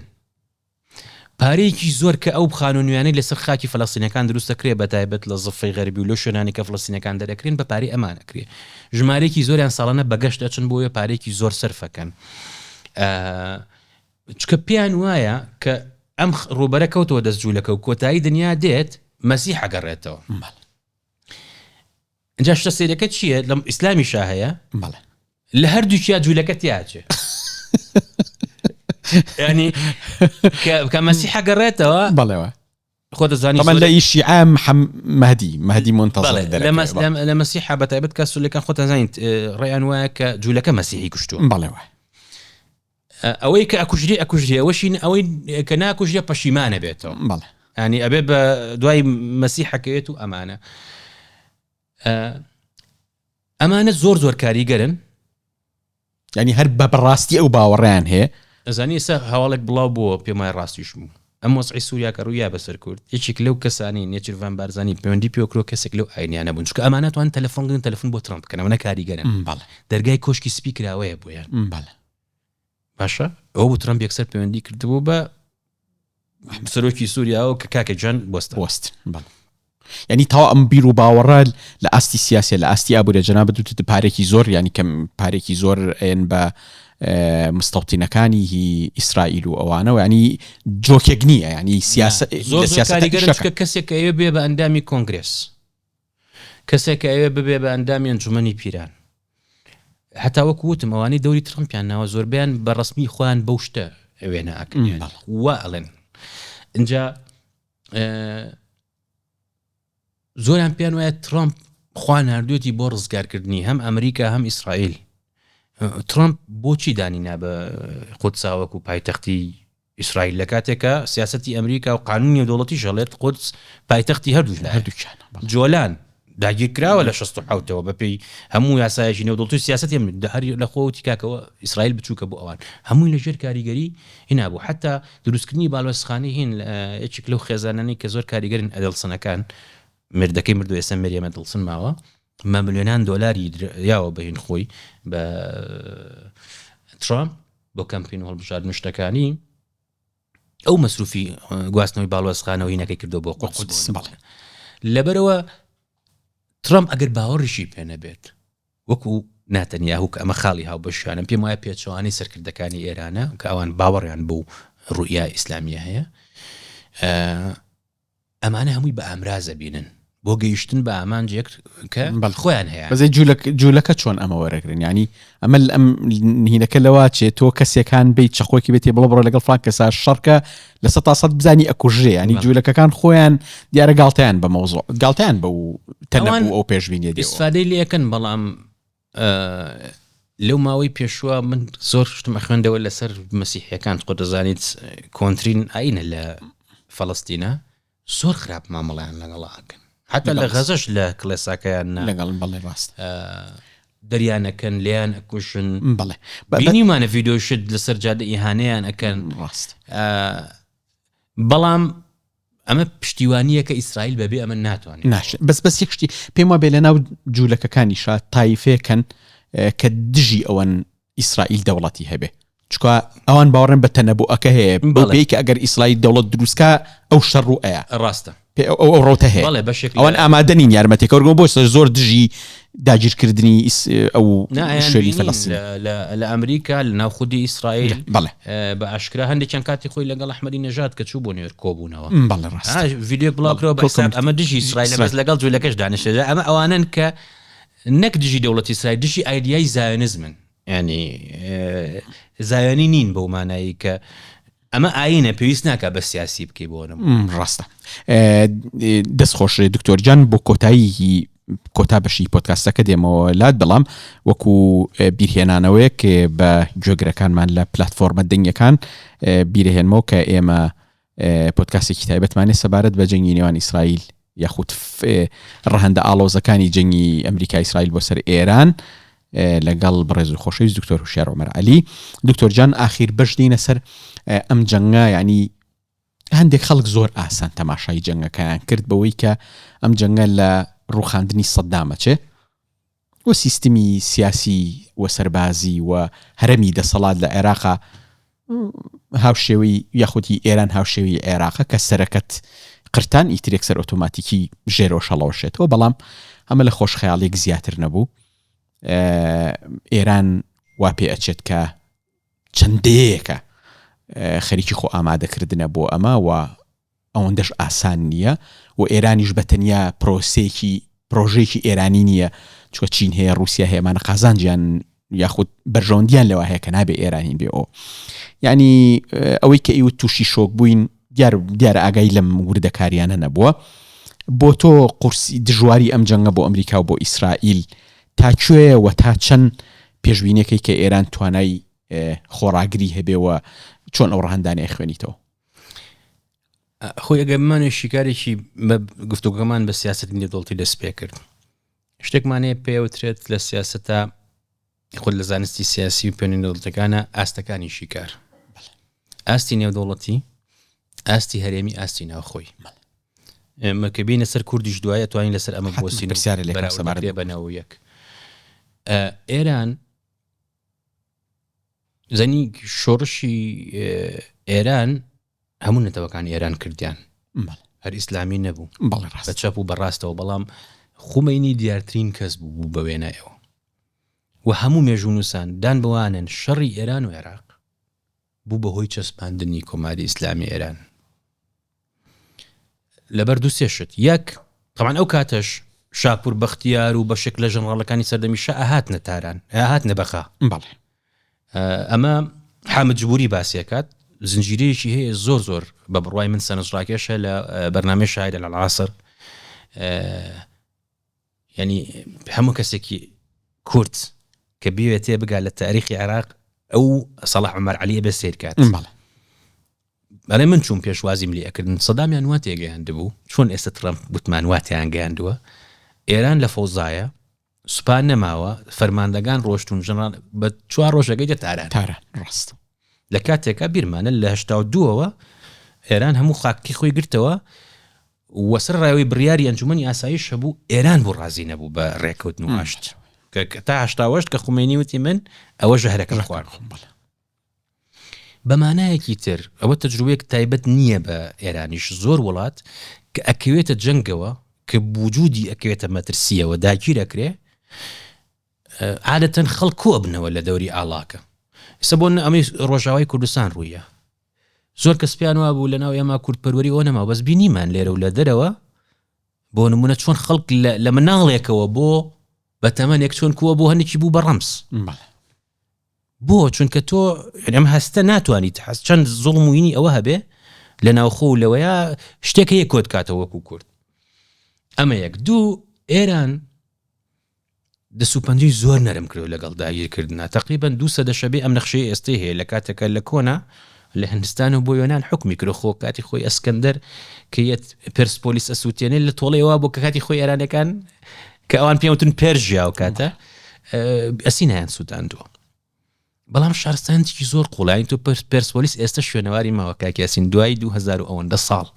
ئەبێت شارێک بوو بێ ئەمە کەواوە ماوەتەوە ئەوە جگە لەوەی شارستانتی ئێرانی پڕ لە چیرۆکی و شانامە و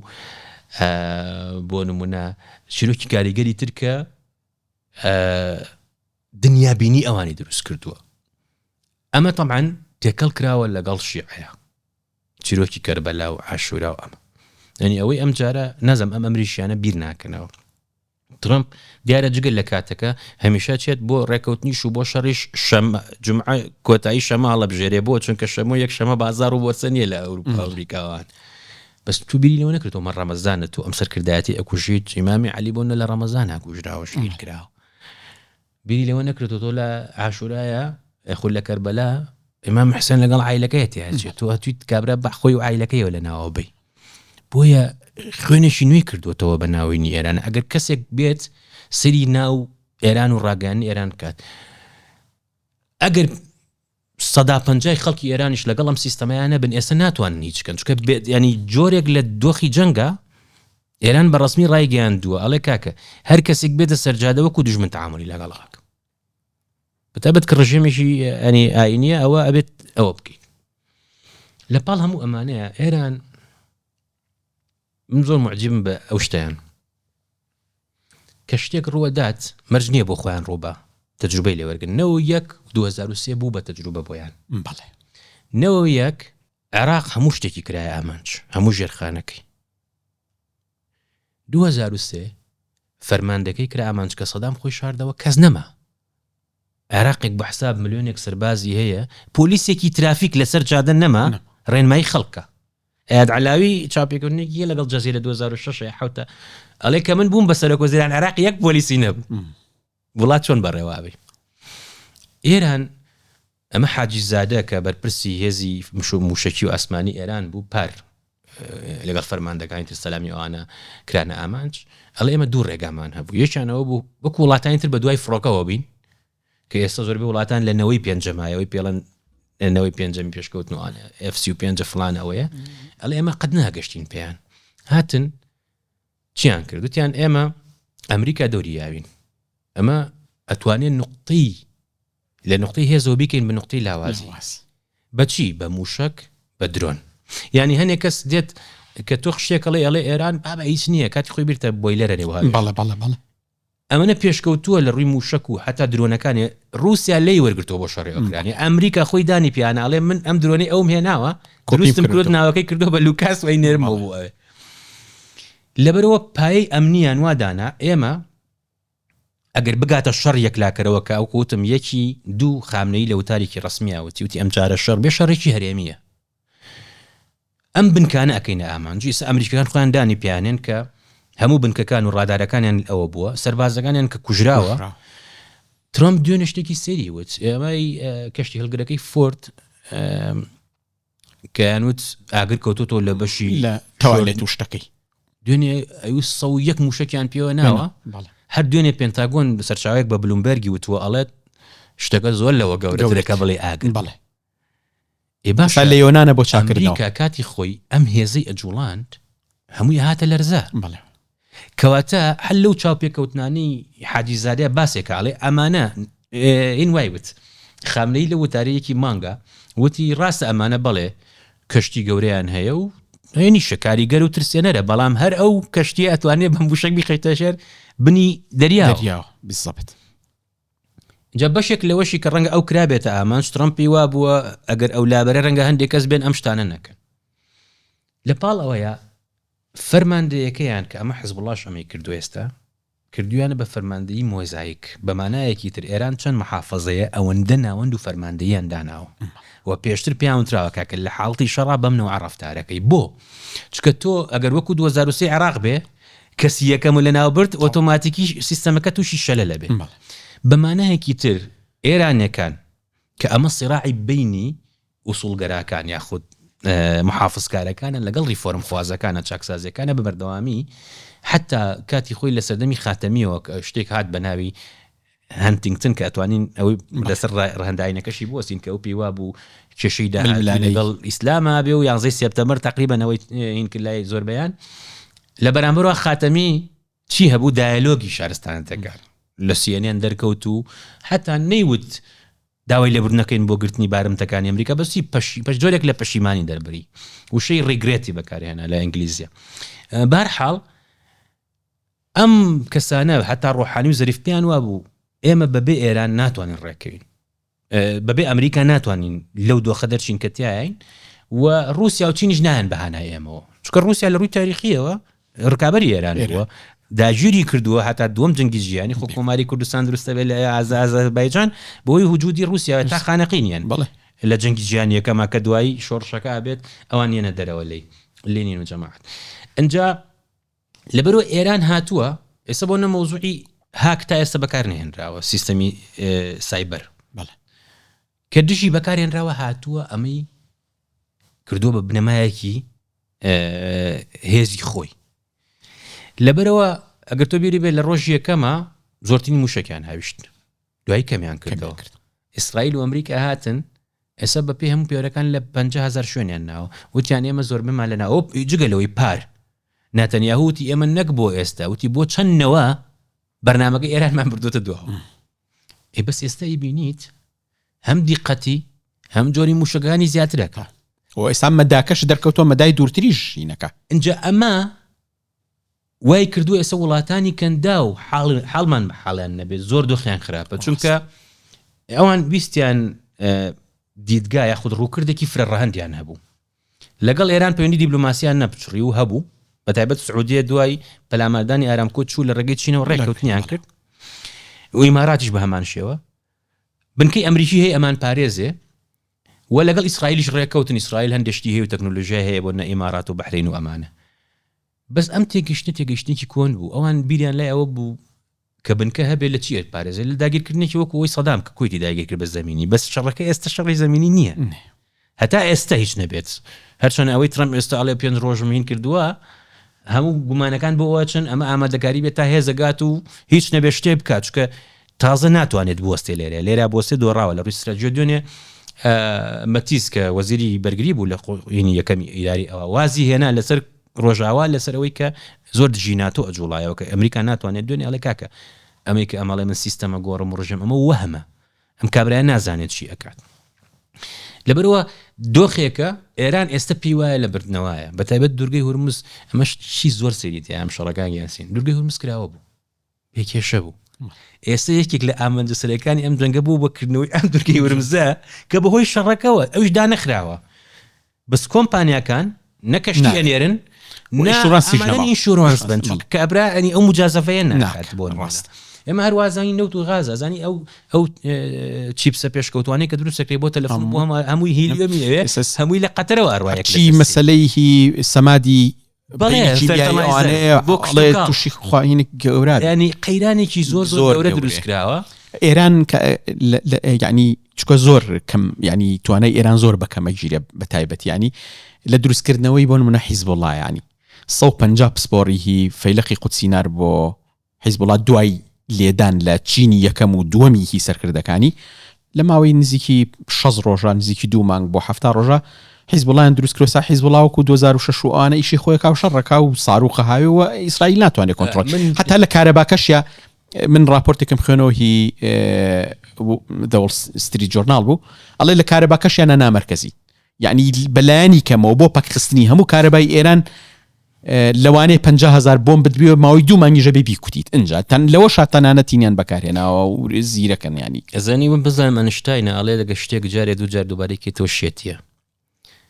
82 ئیسرائیل بۆ دەرکردنی فەڵەستینەکان چووە لوبنان حزبوڵڵا نەبوو بەڵێ ئەنجا ئەو دۆکیومنتەرێک BBC کە باسم کرد ئێران و ڕۆژاوە بۆ گرنگە و تایتڵەکەی ئەنووسین لە هەمووی تیانووسی بەڵێ کە ئەچون بۆ لای فەرماندەکان ئەوانەی کە لە ڕووداوەکانە من قساکەن چون بۆ لای ئیمام خۆمێنی وتمان کاکەوە شیعە داوای نەکەن ئەڵێ کاکە ئێمە ناتوانین ڕۆژێ بنێن بڕۆن ڕاهێنانیان پێ بکەن بەڵێ خەڵکی ڕەنگە نەیزانێت لە 82 بۆ 2000 ئیسرائیل لوبنانی داگیر کرد بەڵێ پێکومان خۆ بەشێک لەوەی حزبوڵڵا ئەو گەورەیە بوو ئەو کاریزمایی بۆ دروست بوو حەسەن نەسڕوڵڵا ئەمەوە بوو ڕابەری پێشوینیان ینی سکرتەری پێشوینیان کوشت حزبوڵڵا نەسڕوڵڵا هات بەڵێ کاریزماتر و کاریگەرتر بوو کشانەوەی ئیسرائیل و شکستی ئیسرائیل لە 2006 کە ئەم شەڕی 2006 بۆ ئەوانەی کە حەزەکەن کەن چاپێکردنی قاسمی سلێمانیە 50 دقیقەیە کە کوژرە ئەنجادانراوە بە وردی باسی ئەو شەڕەکە ئەنجا دێکستە فڵکینز هەیە کاتی خۆی لە نیویۆرکەر کە گۆڤارێکی زۆر کاریگەر و گرنگە لە ئەمریکانە کە سیاسی بۆ ئەدەبوانش پرۆفایلی هینی نووسیوە قاسمی سلێمانی ژەرناڵی سێبەر ئەڵێ لە ڕێی تێکستێکەوە بەسەرکردەیەکی کووردا قاسمی سلێمانی تێکستێکی نردووە پەترێوس کە فەرماندەی هێزەکان بوو وتێتەوە ئەو ماوەیە دەنگم نەبوو لە لوبنان بوو مەشغوڵ بووم شەڕی 3 ڕۆژە بوو ئەو بزانە هەموو سیاسەتەکەی ئێران لای منە بۆ عێراق باڵوێزەکەش ئێستا کە لە عێراق سوپای قودسە ئەوەی دوای ئەویش هەر ئەوە بێ جل بەوردی قاسمی سلێمانی باسی دیدگای ئێرانەکە کە هاتوونەتە ئەفغانستان عێراق ئەمە ئەیانوێت تەوقی ئێمە بن استراتیژی ئێران چی بوو من بۆ خۆم ڕێی شەخسی مەم شوەیە دوای ئەم ڕەهەندەی وەرگرت لە ئەساسا پشتیوانی حکوومەتی ئێرانی بۆ شیعە لە سەردەمی شاوە دەست پێکە موسا سەدر لە 50کانە ئەچێ بۆ ئەوێ بەرنامەی ئەتۆمی بۆیە زۆر جار ینی ئەمە بە هەڵە لێک تێگەشت یخون بەخرات تێگەیشتنەکە تۆ پێ دوابێ ئەم حکوومەتی ئێران بگۆڕێ سیاسەتی ئێران نەگۆڕێ بەرنامەی ئەتۆمی شا دروستی کردووە منێکێک لە زاناکانی ئەو سەردەمە گوێم لێگەر ئەتۆمیەکان ئەڵێ لەگەڵ شا لە ژێرەوە ڕێکەوتین ڕاستە ئێستا بەرنامەکەمان ئاشتیانێ بەس خۆمان حاضر کە دروستین چێت و میچکە بەشێک لە ئەو وێزگانەکەدا نابوو پیتاننومی ئاستبەرزی پێویست بوو بۆی ئیشکا تا سەدانەوە دوایی کەمیان کردەوە ئەم حکوومەتی ئێستا پەیوەندی لەگەڵ سووریایە ڕاستە لە جنگی ئێران و عێراق حافظ ئەسەد لەگەڵێن بەس پێشتر پەیوەندیکی قوڵترە بەڵێ چکە ئەم بەس ئێران لە ئەساسە لە پشتیوانی بۆ فەڵەستینەکان چی دەستکەوتووە ئەزانی کە خومەینی گەڕایەوە یەکێک لەو کەسانی لە ماوەی چەند ڕۆژێکە خۆی گەیاندە لای عەرەفات بوو باڵۆزخانی ئەمریکایان یا بە فەڵەستینەکان خۆ عەرەفات حەماس وجودی نەبوو ئەو کاتە خامنەی خومەینی بەدڵنیە بەس خامنەی خۆی قەناعەتێکی نەگۆڕی بەوە هەبوو ئەبێ بەرگری لە فەڵەستینەکان بکات بۆ مۆزوعی حیزبوڵڵا ڕەنگە ڕەهەندێکی بۆ نەمەزهەبی هەبێت و ئەوانە بەڵام ئێستا خۆ لە عێراقا حەشتی شەعبی هەر شیعە نییە سونەشی دیایە لەگەڵ ئێمەی کورد یەکەم باسی ئەنفال و کۆڕە و شتانە ناکەم ئێران بەڵام یەکەم وڵات کە لێرە نوێنەراتی کرد و ئێران بووە یەکەم ئەنی لە مۆزوعی فیدرالیزم و گۆمەڵێ بابەتە لە عێراقیشە ئەوان دژی کورد نەبوون پشتیوانی کورد بوون بەمانایەکی تر ئێران جوگرافیای تاریخی ئەزانی ئەچی لە تاران لەگەڵ سایق تەکسیەک سەرەکەوی تاریخی ئێران هەمووی بۆ باسەکە شعرێ بۆ خوێنێتەوە یعنی پەیوەندی بۆ نێشی حکومەکات چکە بەشێک لەمانەی کە ئێستا بڕیار بەدەستن چیان کرد لە شەڕی 12 ڕۆژە ئەوانەیە ڕەمزە نەتەوەیەکان و مێژویەکانیان بەستوتە بە ئاینەکان و کاتی خۆی ڕۆمەکان دێن بۆ ئێراندا گیرکەن ئیمپراتۆر بەدی لە گیرێ ئێستا تابلۆکەی دانێن لە تارانە بۆ نمونە بۆیە ئێستا ئیش لەسەر ئەم دوو ڕەهەندەکرێ هەر ئاین نییە مۆزوعەکە ڕەهەندی نیشتیمان ڕەهەندە نیشتیمانێکش وەکو بدووە پرسیار ینی زۆر هەوڵدرا کورد پەلکەش کرێ بۆ ئەم شەڕە و هەوڵ هەبوو تەنانەت فەیک نووسێکی گەورانی هەواڵێکی زۆر چاواشەکارانە بڵاوکرایەوە کە ئەو کورد داغڵی ئێران بوون و دوایی بە درۆخرای و ئەوانە ینی تا ئەندازێک وە تەماشاکرێکە فاکتەری کوردی لەم شەڕەیە فاکتەرێکی لاوازە و کورد نابێ خۆی بکاتە سووری بەرلەشکر و لە بوون و یعنی لە نەمانی یعنی ئەگەر دۆخەکە بگا بەوەی کە کۆماری ئیسلامی ئێران بۆ من بڕوخێەوە لە حاڵەتی مانەوەیە کورد ئەبێت چۆن مامەڵەکە بە تایبەت کە جەنابەت پسپۆڕەکەت سیاسەتینە و دەوڵەتیانی لە منزوری سیاسەتینە و دەوڵەتی و بۆ ئاگایی کورد چ مامەڵەکردنێک باشە خەڵی لاوازی ئەمە بۆ بەڕاستی ئەو بوارە بەداخەوە لە 100 ساڵی ڕابردووازانی لەو ڕۆژانەیەوی ریچارد نیکسنیان هێنا بووە کە ئەڵێ شارێک هاوپەیمانی استراتیژی ئێمە و ئیسرائیل بوو یەکی لەو خاڵانی باسێکاڵێ کوردی پشتیوانی کوردی کرد کوردیش سوپای عێراقیان مەشغوڵ کردو بۆی لە شەڕی 73 نەتوانێت بەشداری بکاتێشی ئیسرائیل ئێمە بەداخەوە کە یاسین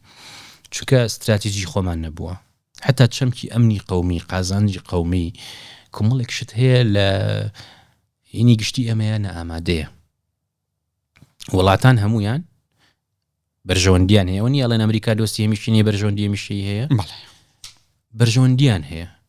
لەسەر بنەمای ئەم بەرژەوەندی هەنگاوەنێن ڕاست ئێستا بەراورد دەکرا بە نەوەیەک یەکەم سۆڤێت لە ڕووخانە بوو رووسیا هەڵەیەکی استراتیژی سەدام چی بوو پێی وا بوو گۆرباچۆف فریایەکەیە دوو چین تیانەمەن سکوێر ڕۆیدا بوو بە هەزار کەس کوژرا بوون بە تانک و بەوە ئەویست لاپەڕێکی نوێ لەگەڵ ئەمریکای هەڵاتەوە طبعا ئەمە هەمووی بە کتێب هەیە بە دۆکیومنتاری هەیە ئەتوانێ ئینسان کە بوێ زیاتر بزانێ بچێت لە پشتی پەردەوە چۆن بوو ئەم پرۆسێس کە چەندین بڕیاری ئەنجومەنی ئاسایش دژی عێراق دەرچوو لە کاتێکە ئێستا نەک ئەنجومەنی ئاسایش ئەوروپاش یەکێتی ئەوروپاش لەگەڵی نیانی تو ئەڵمانیا هاوپەیمانێکی استراتیژی ئەمریکایە لە ناتۆیا و لە گەورەترین منکە هەیە دوێنێ سەرۆکەی ئەڵێ کاکەم شەڕە ناقانونیە بەریتانیا ئیسپانیا ناوخۆی ئەمریکا وڵاتانی عەرەبی دوێنێ ترامپ ئەڵێ لەمی نازەم مەبەستی بوو یاچی وڵێت بەڵێ محەممەد بن سەلمان جنگاوەرە و بە منەڵێ بەردەوام بە یەکسەر حکومەتی سعودیە کاکێکیان ئێمە شتیوەمان نەوتووە ئەمە دیوێکێتی کە پەیوەندی بە شەریعەتی وهەیە دیوێکی تری ئێمە کۆڕە و دروست بوو بیرمان نەچێ پێش کۆڕە و گفتوگو هەبوو لەگەڵ حکوومەتی عێراقیان پێشنیارەکەم ئەو بەڕێزانەی حەزەکەن تایب گەنجەکانمان بخوێننەوە ئەوەی یادەشتەکانی نوشرا مستەفا لە مفاوازاتی نەوەیەکە زۆر بە جوانی باسیەکان چا شتێکی زۆر چەندڕاکیشی دیالێ کورد زۆر جار لە جاتیوی خۆی بە خاوەن حەق بزانێ لە ڕێگەی لاڕانەوە و پارا خۆمان بە گوناح شانێ گوناحین یارمەتیمان من لە سیاسەتە ئەمە وەکو وتم گەڕێنم بۆی بەهێزەوە کاکە ئەتوانێت لاواز ئەوە قبولەکە کە لەسەرەتی قبولی بکە. ئەمە یەکەم. دووەم کۆڕە و ڕوویە بوشی باوک باسیەوەی جیمز بیکەرم کردکەیەتە ناو ئاوارەکان لەسەر سنووری تورکیا بە هەلیکۆپتەر ئەڵێ لە هەلیکۆپتەرەکە تەلەفۆنم کرد بۆ بوشتم کاکە باش تێ بکەین چکە ترسیان هەبوو وێنەی جنگەکە تێکچێت بەرەو هەڵبژاردن نەچوو چۆن ئێستا ترامپ بەرەو هەڵبژاردن نەچێت بڕیاری ئەنجومەنی ئاسایش کاک یاسین بیرمان نەچێت بە هیچ شێوەیەک باسی حکوومەت و شتیان نییە ئەڵێ دروستکردنی ناوچەی ئارام بۆ خەڵکی کورد بۆی بگەڕێنەوە بۆ حکوومەتی هەرێم دروست بوو. یەکەم سەدام هەڵەی کرد پێی وا بوو حکوومەت بکشێنێتەوە ئێمە ئیتر چین تەسلیمە بین بە پێچوانەوە بەرەی کوردستانی لایەنەکان بەرەو دروستکردنی ئیدارە و حکوومەت و انتخابات ڕۆشتن. وڵاتانی ناوچەکە کاتی خۆی ئێران و تورکیا تورک و تۆزال ئەمانە نامیان نووسی بۆ ئەنجومەنی ئاسایش کە کفریای کورد بکەون ئەگە بیان زانێ ئەوە دروستە بێ نەیانێشت بەڵگەکەش ئەمەی ڕۆژاوایە کە بینیمان چیان کرد بەرامبەری ئەمەی کە پەیوەندی بە کوردەوە هەبوو لەم بابەتی نیویۆرک تایمز هاتووە. یەکەم استراتیژی ئەمریکاوە بۆ کە ئەمە لەناوە شۆڕشە بێ کە ئەمە فەشەلی هێناوە ئەمە دیسان پلانی ئیسرائیل و موساد بووە کە بچن بێن وەرن کورد بەکاربێنی لە کاتێک ئێمە ئازانین کورد ئەو قوتەی نییە ئەوە بکات. اینجا زۆرێک لەو شتانی ئەوترێ بە کۆ دەوترێ بەداخەوە ئێمە هەنە جار تێی ناگەین. این کاتی خۆی نوکتەیەکە گێڕنەوە ڕووداوێکی ڕاستیە شەڕی شاخی زەردە هەیە من خاڵم لەوێ بووە کاک سەمەد عومەربیلی لەوێ بووە کاگوالی کۆمەڵی خزمەوانە لەوێ بوون ئەمانە لە شەڕێکی قورسا بن لەگەڵ حکوومەتی بەعسە 88 تقریبا یەکی کە لەو شەڕانەی دوایین شەڕەکانە پێش ئەوەی کە ئیتر سەرکردایەتی لێرە نەمێنێتەوە ئەوانە مام ساڵح ئەوانیش لە گوندی شەقڵا لە خوار شاخکەوە بن بەڕاهین بە تۆکیۆکی کە قسەیان کرد بە کۆت قسەیان کردووە مام ساڵح بەڵێ بەڕوومان نەماوە عفو هینمان نەماوە هین چییە؟ هین وتی کاکە وەکو بەشەر قسە بکەین چوتی بەڕوو وتی کاکە جاتخوا بەم کاتی شەڕە وەختی بەڕوو خواردنە وتی کرێ کاکە فیشەکمان پێ نەماوە هەشتی بێ ئەی نابۆڵی فیشەک نازانی گویان لێ ئەخ کاکە تۆ نە بە هین تێگەی نە بە بەڕوو تێگەی ئێران کاک یاسین جان هەمیشە وتویانە وەلاری جانی پێشووی بکوژە چاوپێکەوەنێک ئەڵێ کورد بەشێکی ڕاستەنە لە ئێران. اینجا زۆر جار تووشی دۆخێکی ئەوەی لە هینا پێتەڵێ لە لۆژیکا پێڵەن هەڵا یاخود بەلا ڕێبردناڵێت تۆ یا ئەبێت لەگەڵ بیا ئەبێت دژبی شتیوان نییە تۆ ئەم ژوورە سەقفەکەی خراپە ئەبێ بیڕوخێنی بۆی دروستیکەیتەوە نەخێر. جا بۆیە کورد کە بکرێ بە بەشێک لەوە بینیمان لەمەی ڕۆژاوایە وەکو وتمان مەیوو بە پارە شەڕیان کردووە. استراتیژیەکەی ئیسرائیل چی بوو؟ ئەو پێی وایە ئێران لە ڕێگەی حزبوڵا بووە بە دراوسێ ئەویست ئێرەش بکە بە باشووری لوبنان چۆن ئێمە باشووری کوردستانی دژی ئێران لێرەوە ئەوە بکە. ئێران لە ڕابردوو شاوتویانە ئەم جارە بە ڕسمی وتیان ناویست هەندێک لە سەرکردەکانیان هێنا کە ئێمە لە شووە ینی ئەو ئەگەر ئامادە بێت لەگەڵ 6-9 وڵاتە پەلامار بە دەست لە تۆش ناپارێزی بۆ چونکە ئەمەیەکی کە لەو شتانی کە ترامپ پیشتەی نەگەشتووە. لە استراتیژیا من باسی سانزوم کرد باسی ئەوانی ترم کرد ئەڵێ کە شەڕ و دژمنەکەش کرد دایم ڕێگەیەک بهێڵەوە بووی کە بڕوات ڕێگەی هەڵهاتنی بۆ بهێڵەوە چکە ئەگەر بیخەیتە گۆشەیەکەوە تا مردن شەڕەکە حتا سنزوڵێ بۆ ئەوی سەرکەوتوبی لە شەڕەکە ئەبێ سەربازەکانی خۆت بخێتە شوێنێک و مەجای پاشەکشە نەبێت ئەوەی نمونەی نۆرماندیە زۆر جارە هێنرێتەوە کە چی دیتر خۆ گەڕانەوە نییە بێت بینیوتە فلیمەکان بۆ نمونە دۆکیومنتاریەکان کە ئیتر ناچاری بڕۆی بە هەرچی لێت بن چکە بتوە مەجای کشانەوەت نییە. لەبەرەوە کورد کە وڵاتانی عەرەبی خۆیان ئەڵێن هەزاران موشک و درۆنیان پەیوەندراوە تا ئێستا لوبنان ئەڵێ باڵوێز بۆ دەرەوە قەتەر ئەڵێت کۆمەڵێک کەس ئەوە هەتا ئێستا پەیوەندی دیبلۆماسیان نەبڕیەوە هەتا ئێستا بە ئەگەر بەنهێنیش کردبێتیان بە ئاشکرا ناڵێن ئێمە شەڕی ئێرانەکەین. بە تایبەتی ئێستا ئەوەی کە ترامپ دوای قستووە بۆ 5 ڕۆژ کە لە ژێرخانی ئێوە بە ئێران ئەڵێ من نەوت و ئاویش سەرچاوی ئاوی شیرین کە شیرینکەرە بۆ ئەم وڵاتانە بەمە ئەژین هەمووی لەکەمە ئامانج تۆ ئێستا نزیکەی 400-500 میلیۆن بەرمیل نەوت کۆکراوەتەوە لە خەزانی ئەم وڵاتانەیە ئەمە بە درۆنێکە تەقێنرێتەوە هورمزیش بکەرەوە کە ئەو لە سەرچاوەکە یا شتێک ئیسکە ئێستا کێشەکە کێشەی گواستنەوە لۆجستی ئەو کاتە سەرچاوەکە نابێت لە ئاساس. بۆیە من باسی ئەوەم کرد کە جۆرێک لە سیاسەتی عسابەیە ئەمەی ترۆمپ جۆرێک لە قمارە ئەم هەڕەشەیەی کرد پێوا بوو ئێران تەسلیمە بێ ئەبوو تا ئێستا بیزانێت کە ئێران تەسلیم نابێ بە بڕوای من ئێمە باسی ئەو سیاستەمان کرد کە بۆی تێبگەین لە ڕووداوەکەنەوە یەک ئێمە بۆ کوردستان بۆ ئاراستە چوین یەکەم سەرکردایەتی کورد بە کاتیش بێ لە چوارچێوەی بەرای یەکدەنگ بوو ڤیدیۆکە کاک نەشوێن بینیتە لەگەڵ کاک مەسعودا کە لەگەڵ دانیێل میتران دانیشتونەڵێ ئەوەی کاک مەسعودی لە ڕێی هەموو کووردە کورد بە یەکدەنگ قسەیە کرد کوردانی ڕۆژهەڵات تازە کەوتونتە خۆیان بۆ مووسڵ دووهەم فاکتەری نێودەوڵەتەکە گۆڕا فاکتەری هەرێمی تا ئێستا بۆ کورد نەگۆڕاوە یعنی کورد پێی وابێ وڵاتانی ناوچەکە ڕێیان بەرامبەر ئێمە گۆڕاوە هەڵێکی استراتیژیە یعنی تۆ لەم سێ فاکتەرە ناوخۆیی هەرێمی نێودەوڵەتی ئەبێ لانی کەم دوانیان لە بەرژەوەندی بێت خۆ ئەگەر ناوەکو ژمارەی هێز لە 61 بۆ 75 کورد هێزی زیاتر بووە لەوەی کە لەنەوە یەکە هەیە بوو لەنەوە یەک ئێمە هەنفال ڕوویا بوو هەڵەبجە ڕوویا بوو خەڵکێکی زۆر قارەمان ئەستن ناچار بوو تەسلیم بێتەوە ئەوانە ئەوەیشی یاکی زۆری ڕۆژتە هەرێکی بە شوێنێکا بوو بۆ چونکە فاکتەرەکە گۆڕاوە ڕۆژهەڵاتی ناوەڕاست لەو ڕۆژەوەی دروست کراوە ڕاست ئەم وڵاتانە بەشێکیان سەربەخۆی سیاسیان بەس هیچ سەربەخۆی ئابووری نییە و ئێمە وەکو کورد سەرچاوەکانمان سنووردارە ئەبێت نەچینە شەڕێکەوە کە پێمان نەکرێ بەڕاستی و بە تایبەتیش کە ئێستا لە ناو ئەمریکا وەکوتم لە کۆنگرێس لە ناو دەستگاکانی ڕاگەان و ڕێکشتیە ئەڵێن ئەم شەڕە ئەبێ بوەستن لە شەڕێکی خراپە بە تایبەت و لەگەڵ کەسێکی وەکو ترامپ مامەڵەکەی ڕەنگە بەیانی هەستێ بڵێ من شەڕەکەم وەستاندووە ڕێکەوتنم کردووە یانی ئەگەر وجودیشی نەبێ شتەکە لەبەرەوە ئێستا سیاسەتەکە ڕێک و پێک بووە بەڵام ئەوەی کەوە ئەکە هەندێک کاردانەوە هەیە بەرامبەر بە کوردستان ئێران ئێمە هەنی پێمە وایە کە نایکەن بەس هەرچی ڕاگەانی ئێمە هەیە ئەوان تەماشایەکەن نمونی جەزیرەوانەوە و ماوەیە کەسێک ئاماژەی بوو کرد کە لە هەندێک سەرچاوی مەدەنی بدرێ هەڕەشیان کرد یەکسەر جەزیرە پەشیمان بووە چونکە ئێستا لە ئێرانە بڕیاری سیاسی نییە دیبلۆمات قسە ناکە ئێستا موشە قسەکە و ئێرانە بێ بە حکومێکی ئەسخەری زولقەدر کە دوێنێ دانراوە لە جێگەی لاریجانی یعنی جێگەی متمانی مجتەبا خامنەی بۆ دانراوە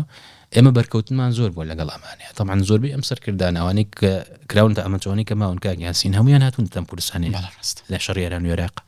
سەرکردایەتی کورد زۆر باشە ناسن و هەندێک جار کتێبوشتیان هەیە زۆر بیان بیرەوەریان هەیە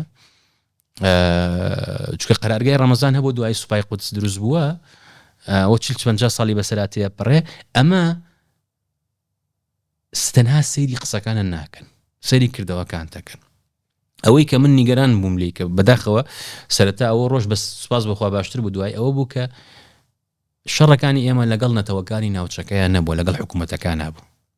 کە شەڕ بوو بە شەڕی نەتەوەی چارەسەرکردنی زۆر قورسە بە تایبەتی تۆ جوگرافیا ناتوانین دەستکاری بکەیت جیۆپۆلیتیک ئێرانەکان هەندێک جار ئەگەر وەکو بە زمانێکی دیبلۆماسیش بێ جۆرێک لە هەڕەشیتیایە لە کۆبوون دیبلۆماسیەکانە ئاڵێن کاکەژان ئەوە ئەمریکا 200 ساڵی کەش لێرە 500 ساڵ کاکە لێرە بوو ئێمە هەر لێرین بۆ هیچ کوێ ناچین چکە خۆیان ئیسە زۆر جارەوتری ئێرانەکان پشو درێژن سینەکانی جوان چکە مێژوویەکی دوور درێژی هەیە هەین لای ئەو ساڵ هیچ نییە 2 ساڵ هیچ نییە 5 ساڵ هیچ نییە بەس بۆ ترامپ نە ڕۆژیش گرنگە بۆ نمونە لەبەرەوە ئەم سیاسەتی ئێستا هەیە هاوسەنگی ڕاگرین بۆ چونکە ئێمە ناتوانین ڕێڕەوی ڕووداوەکان بگۆڕین و عادەتەن لەم شەڕانەشە من بۆیە ئەچمەوە سەرەتای قسەکەمان بە دایلۆگی مێلیەکان لەسم پێ کرد خۆ مێلیەکان هیچیان نەکردەوە گوتم بێلایەنیش بوون باوەڕیشیان زۆر بە کورد و کوردی خۆمان ئێستا بە ئاکار و بەداد پەروەری و ئێمە واین نەتەوەیەکی و ئایدێلیستین هەبووە بەس کراونەتە ئامانج بۆ چونکە عادەتەن تۆ لە شەڕێکی وایە کە نتوانین پەلاماری بەهێز بیت لاوازەکەیتە ئامانج ئێمە لەبەرەوە ناتوانین بڕیار بین ڕووداوەکان بەرەوشی ئەڕوا چاوەڕوانی بکەین چکە قسەیەکی تورکمانەکان هەیە لە کەرکووک گەیڵێن ئەڵێن خۆزگەمان بە عەقڵی کورد دوای ڕووداوەکان ئێمە خۆتە زانی سەبوو نە ئەنفال و هەڵەبجە ڕوویە دوای ئەمەی و خەتای ئەو بوو ئەوەی و خەتای ئەو بوو ئەوەی و خەتای ئەو بوو دوای ڕووداوەکان هەموو عاقڵین ئێبا جارێکیش سوود وەرگین لەو تەجروبانی ڕابردوو چکە ینی 100 ساڵە بێت چی شەڕ کراوە کورد سوتەمەنی ئەو شەڕە بوو بە ئەم جارە تۆزێک تەحموڵمانە بێ پشوو درێژ بین تەماشا بکەین چکە لە هەردوو بارەکەیە ئێرانی داهاتوو چۆن بێ ئەمەی سووریا بێت نمونە بێت تعامل لەگەڵ حکوومەتی ئێران و تارانە ئاکرێت یعنی ئێمە ئەبێت بگەینە ئەو باوەڕێی کە هیچ وڵاتێکی دنیا بەرژەوەندەکانی هەمووی ناخاتە لاوە بۆ ئەوەی کورد بۆ نمونە هەرێمێکی بەڵام ئەمە لە هەمان کاتە تجربەی عێراق حتا ئەمەی سووریا دەری خستووە ئەگەر کورد مافی نەدرێتێ سەردەمی خاتەمی خۆ کورد مافی کلتوری هەبوو چه زەرێکی هەبوو بۆ حکوومەتی ئێرانی یعنی ئەگەر حکوومەتی ئێرانی داهاتوو هەر حکوومەتێک بێ کرانەوە دروست نەگا لە ناو خۆیان خۆکێشەکانی چارەسەرنە بێگومان بە کوردیشەوە چکە وەکو باسی نادرشا و باسی زۆر شەڕی تاریخیمان کرد لە 1000 ساڵی ڕابردوو هەر شەڕێک کوردی تیان نەبوو بێ زیانی گرۆنی سەدام حوسێن لە جاتیەوەی ڕێکەوتنامە بکە و شەتڵ عەرەب نیوەی بابەهین لە جاتی ئەوەی کە بچی شەڕی 8 ساڵە بکە لەگەڵ کووردا ڕێکەوتای وای بەسەر نەهات بەڕاستی هەر ئەوەی ئێستا بۆی پەنامە بە ئەنفال و بۆ هەڵەبجە لەگەڵ کووردا ڕێکەوتایە چ زیانێکی بە زەمان مانایەوە نییە کە کورد پشتێنی لێ بکاتەوە کورد دەبێ ئامادە بێ بەڵام مجازەفە نەکات ئامادە بێت سەرکێشی نەکاوەکو تۆڵەی بەڵام بەڕاستی کە دەوڵەتان نازانن چی بکەن لە ناوچەکەیە کە هەمویان لە ژێر هێرشان ئێمە ئەبێ ورد بین چونکە دوای بەتەنها جێ بەڵێ بێگومان بە تایبەتی یادگەی دنیا پڕە لە وێنەی بەجێهێشتنی ئەمریکا ڤێتنامیەکانی بەجێهێشت سۆماڵەکانی بەجێهێشت لە زۆر شوێن خەڵکی بەجێهێشت ڕەنگە نەژوا بەمانایە بەس بێگومان بۆ نمونە سبەنی لەگەڵ حکوومەتی ئێران ڕێکەوت بێگومان تۆ هیچ نەکردو جگە لە دروستکردنی دژمنایەتی ڕاستە ئێستا کەن خلیجیەکان کە تا ئێستا یەک فیشەکیان نەتەقانەوە هەر لە بەرگری هاوسان و هەر بەدەردیەڵێ بەرگەی لێدانی ئێرانیان گرتۆی ئەوەیە کە بەڕاستی ئەو سیستما ینی سیستمی ئەمریکی ینی چکە خۆتە زانی ینی کەس بەرپرسیارەتی سیاسەتی پێشوەر ناگرێ دیموکراتەکاناتن لە کاکەڵای ترەمپیاوێکی شێت بوو و ئێمە لەم سیاسەتانە لەگەڵیانە بووین و ڕەنگە حیوارێکی دیبلۆماسیک ئەو کاتە ئێران دەتوانێت دەست بخاتە جەرگ و هەناوی دەوڵەتەکانەوە بۆیە باشترین شتەوەیە کە زۆر وریابین و ئەمەش پێویستی بە زیرەکێکی سیاسی هەیە و ئاگاداربوون لە سیاسەتی تا ئێستا باش بووە بەڵام ئەوەیە کە پەیوەندیەکان و کەناڵەکانی پەیوەندیانی ئەمریکا و ئێران لە یەکتری کوژن ڕۆژانە معقول نییە پەیوەندی دیبلۆماسیان هەیە تۆ 4 کەناڵی دیبلۆماسی نەبێت لەگەڵ ئێران بۆنمونە کاکە گیان ئێوە موشەگەنن بە پێشمەرگەی ئێمەوە بە چه بەڵگەیەک ئەمە ئاکەی بەچ هینێکی ئەوە ئاکەیت نەک داوا بکەی ئەدەی حکوومەتی فیدرالی و نەتەوێ گرتوەکان کاکە نەتەوێ ترامپ هەر گاڵتەیە بە نەتەوێ گرتوەکان ئەم بۆردی ئاشتی دروست کردووە بۆ هەندێک قەزیارکی وڵاتی تێخستووە بودجێ نەتەوێ گرتوەکانی بڕیوە چکە ترامپ هات ئەم سیستەمە نێودەوڵەتەی کە پەیوەندی بە ڕێسا و یاساوە بوو دووە هەمووی هەڵوەشاندێتەوە بێگومان لەبەرەوە پێویست کات باشەڕ بێت چم لەگەڵ ئێرانەکان خۆ لێرە خۆینیان هەیە قونسڵخانە هەیە لێرە لە هەولێر لە بەغا باڵۆسخانەی هەرنا کاکە وەفدێکە نێرم بۆ تاران هەر کاکە وەرن بێ زەحمەت ئێوە هەر لە خۆتانەوە پێشمەرگەی ئێماکەن ئامانج و شوێنی ئێماکەن ئامانج و شیدەکەن بە چۆی بەڵگەیەکە چکە لای ئێمە هیچ مەترسیەک نییە نەک تەنها بڵین حکوومەتی فیدرالی چونکەوە چارەسەر نیوە عێراقیش وەزعەکەی ئالۆسترە بێ بەتایبەت کە دوێنێ حکوومەتی عێراقیەڵێت دەستیش حەشت کراوەیە ئەخاتە شەڕی ئیسرائیل و ئەمریکاوە زۆر خراپە وەزعەکە بێگومان دکتۆر هوشیار عومەر عەلی مامەسای زانکۆ هەروەها سپۆڕێکی سیاسەتی وڵاتی زۆر سپاس دەکەم کە زۆر ماندوومان کردی و بۆ ماوەیەکی زۆر لەگەڵمان نبووی و پۆدکاستێکی بۆ من زۆر چێژ بەخش بۆ ئومێدم بۆ بینەرەکانیش بە هەمان شێوە زۆر سپاس بۆ تۆ بەڕێزان خۆشەویستان ئەمە پۆدکاستێم جارەمان بوو بە ئومێدم چێژی لێ ببینن و سوود بەخش بێ بۆ ئێوەی بەڕێز و خۆشەویست تا پۆدکاستێکی دیکە هەموو لایەکتان بەخواست پێرم بە ئومێدم هەموو لە دڵخۆش بن ساغ و سەلامەت بن و تەندروست بن و لە پۆدکاستی داهاتوە ئیشەڵا دۆخەکە هێمن بوو بێتەوە و ئێمە بگەینە سەرەتاکانی ئاشتی و تا ئەو کاتە بەخواتان ئەسپێرم دووبارە سپاس.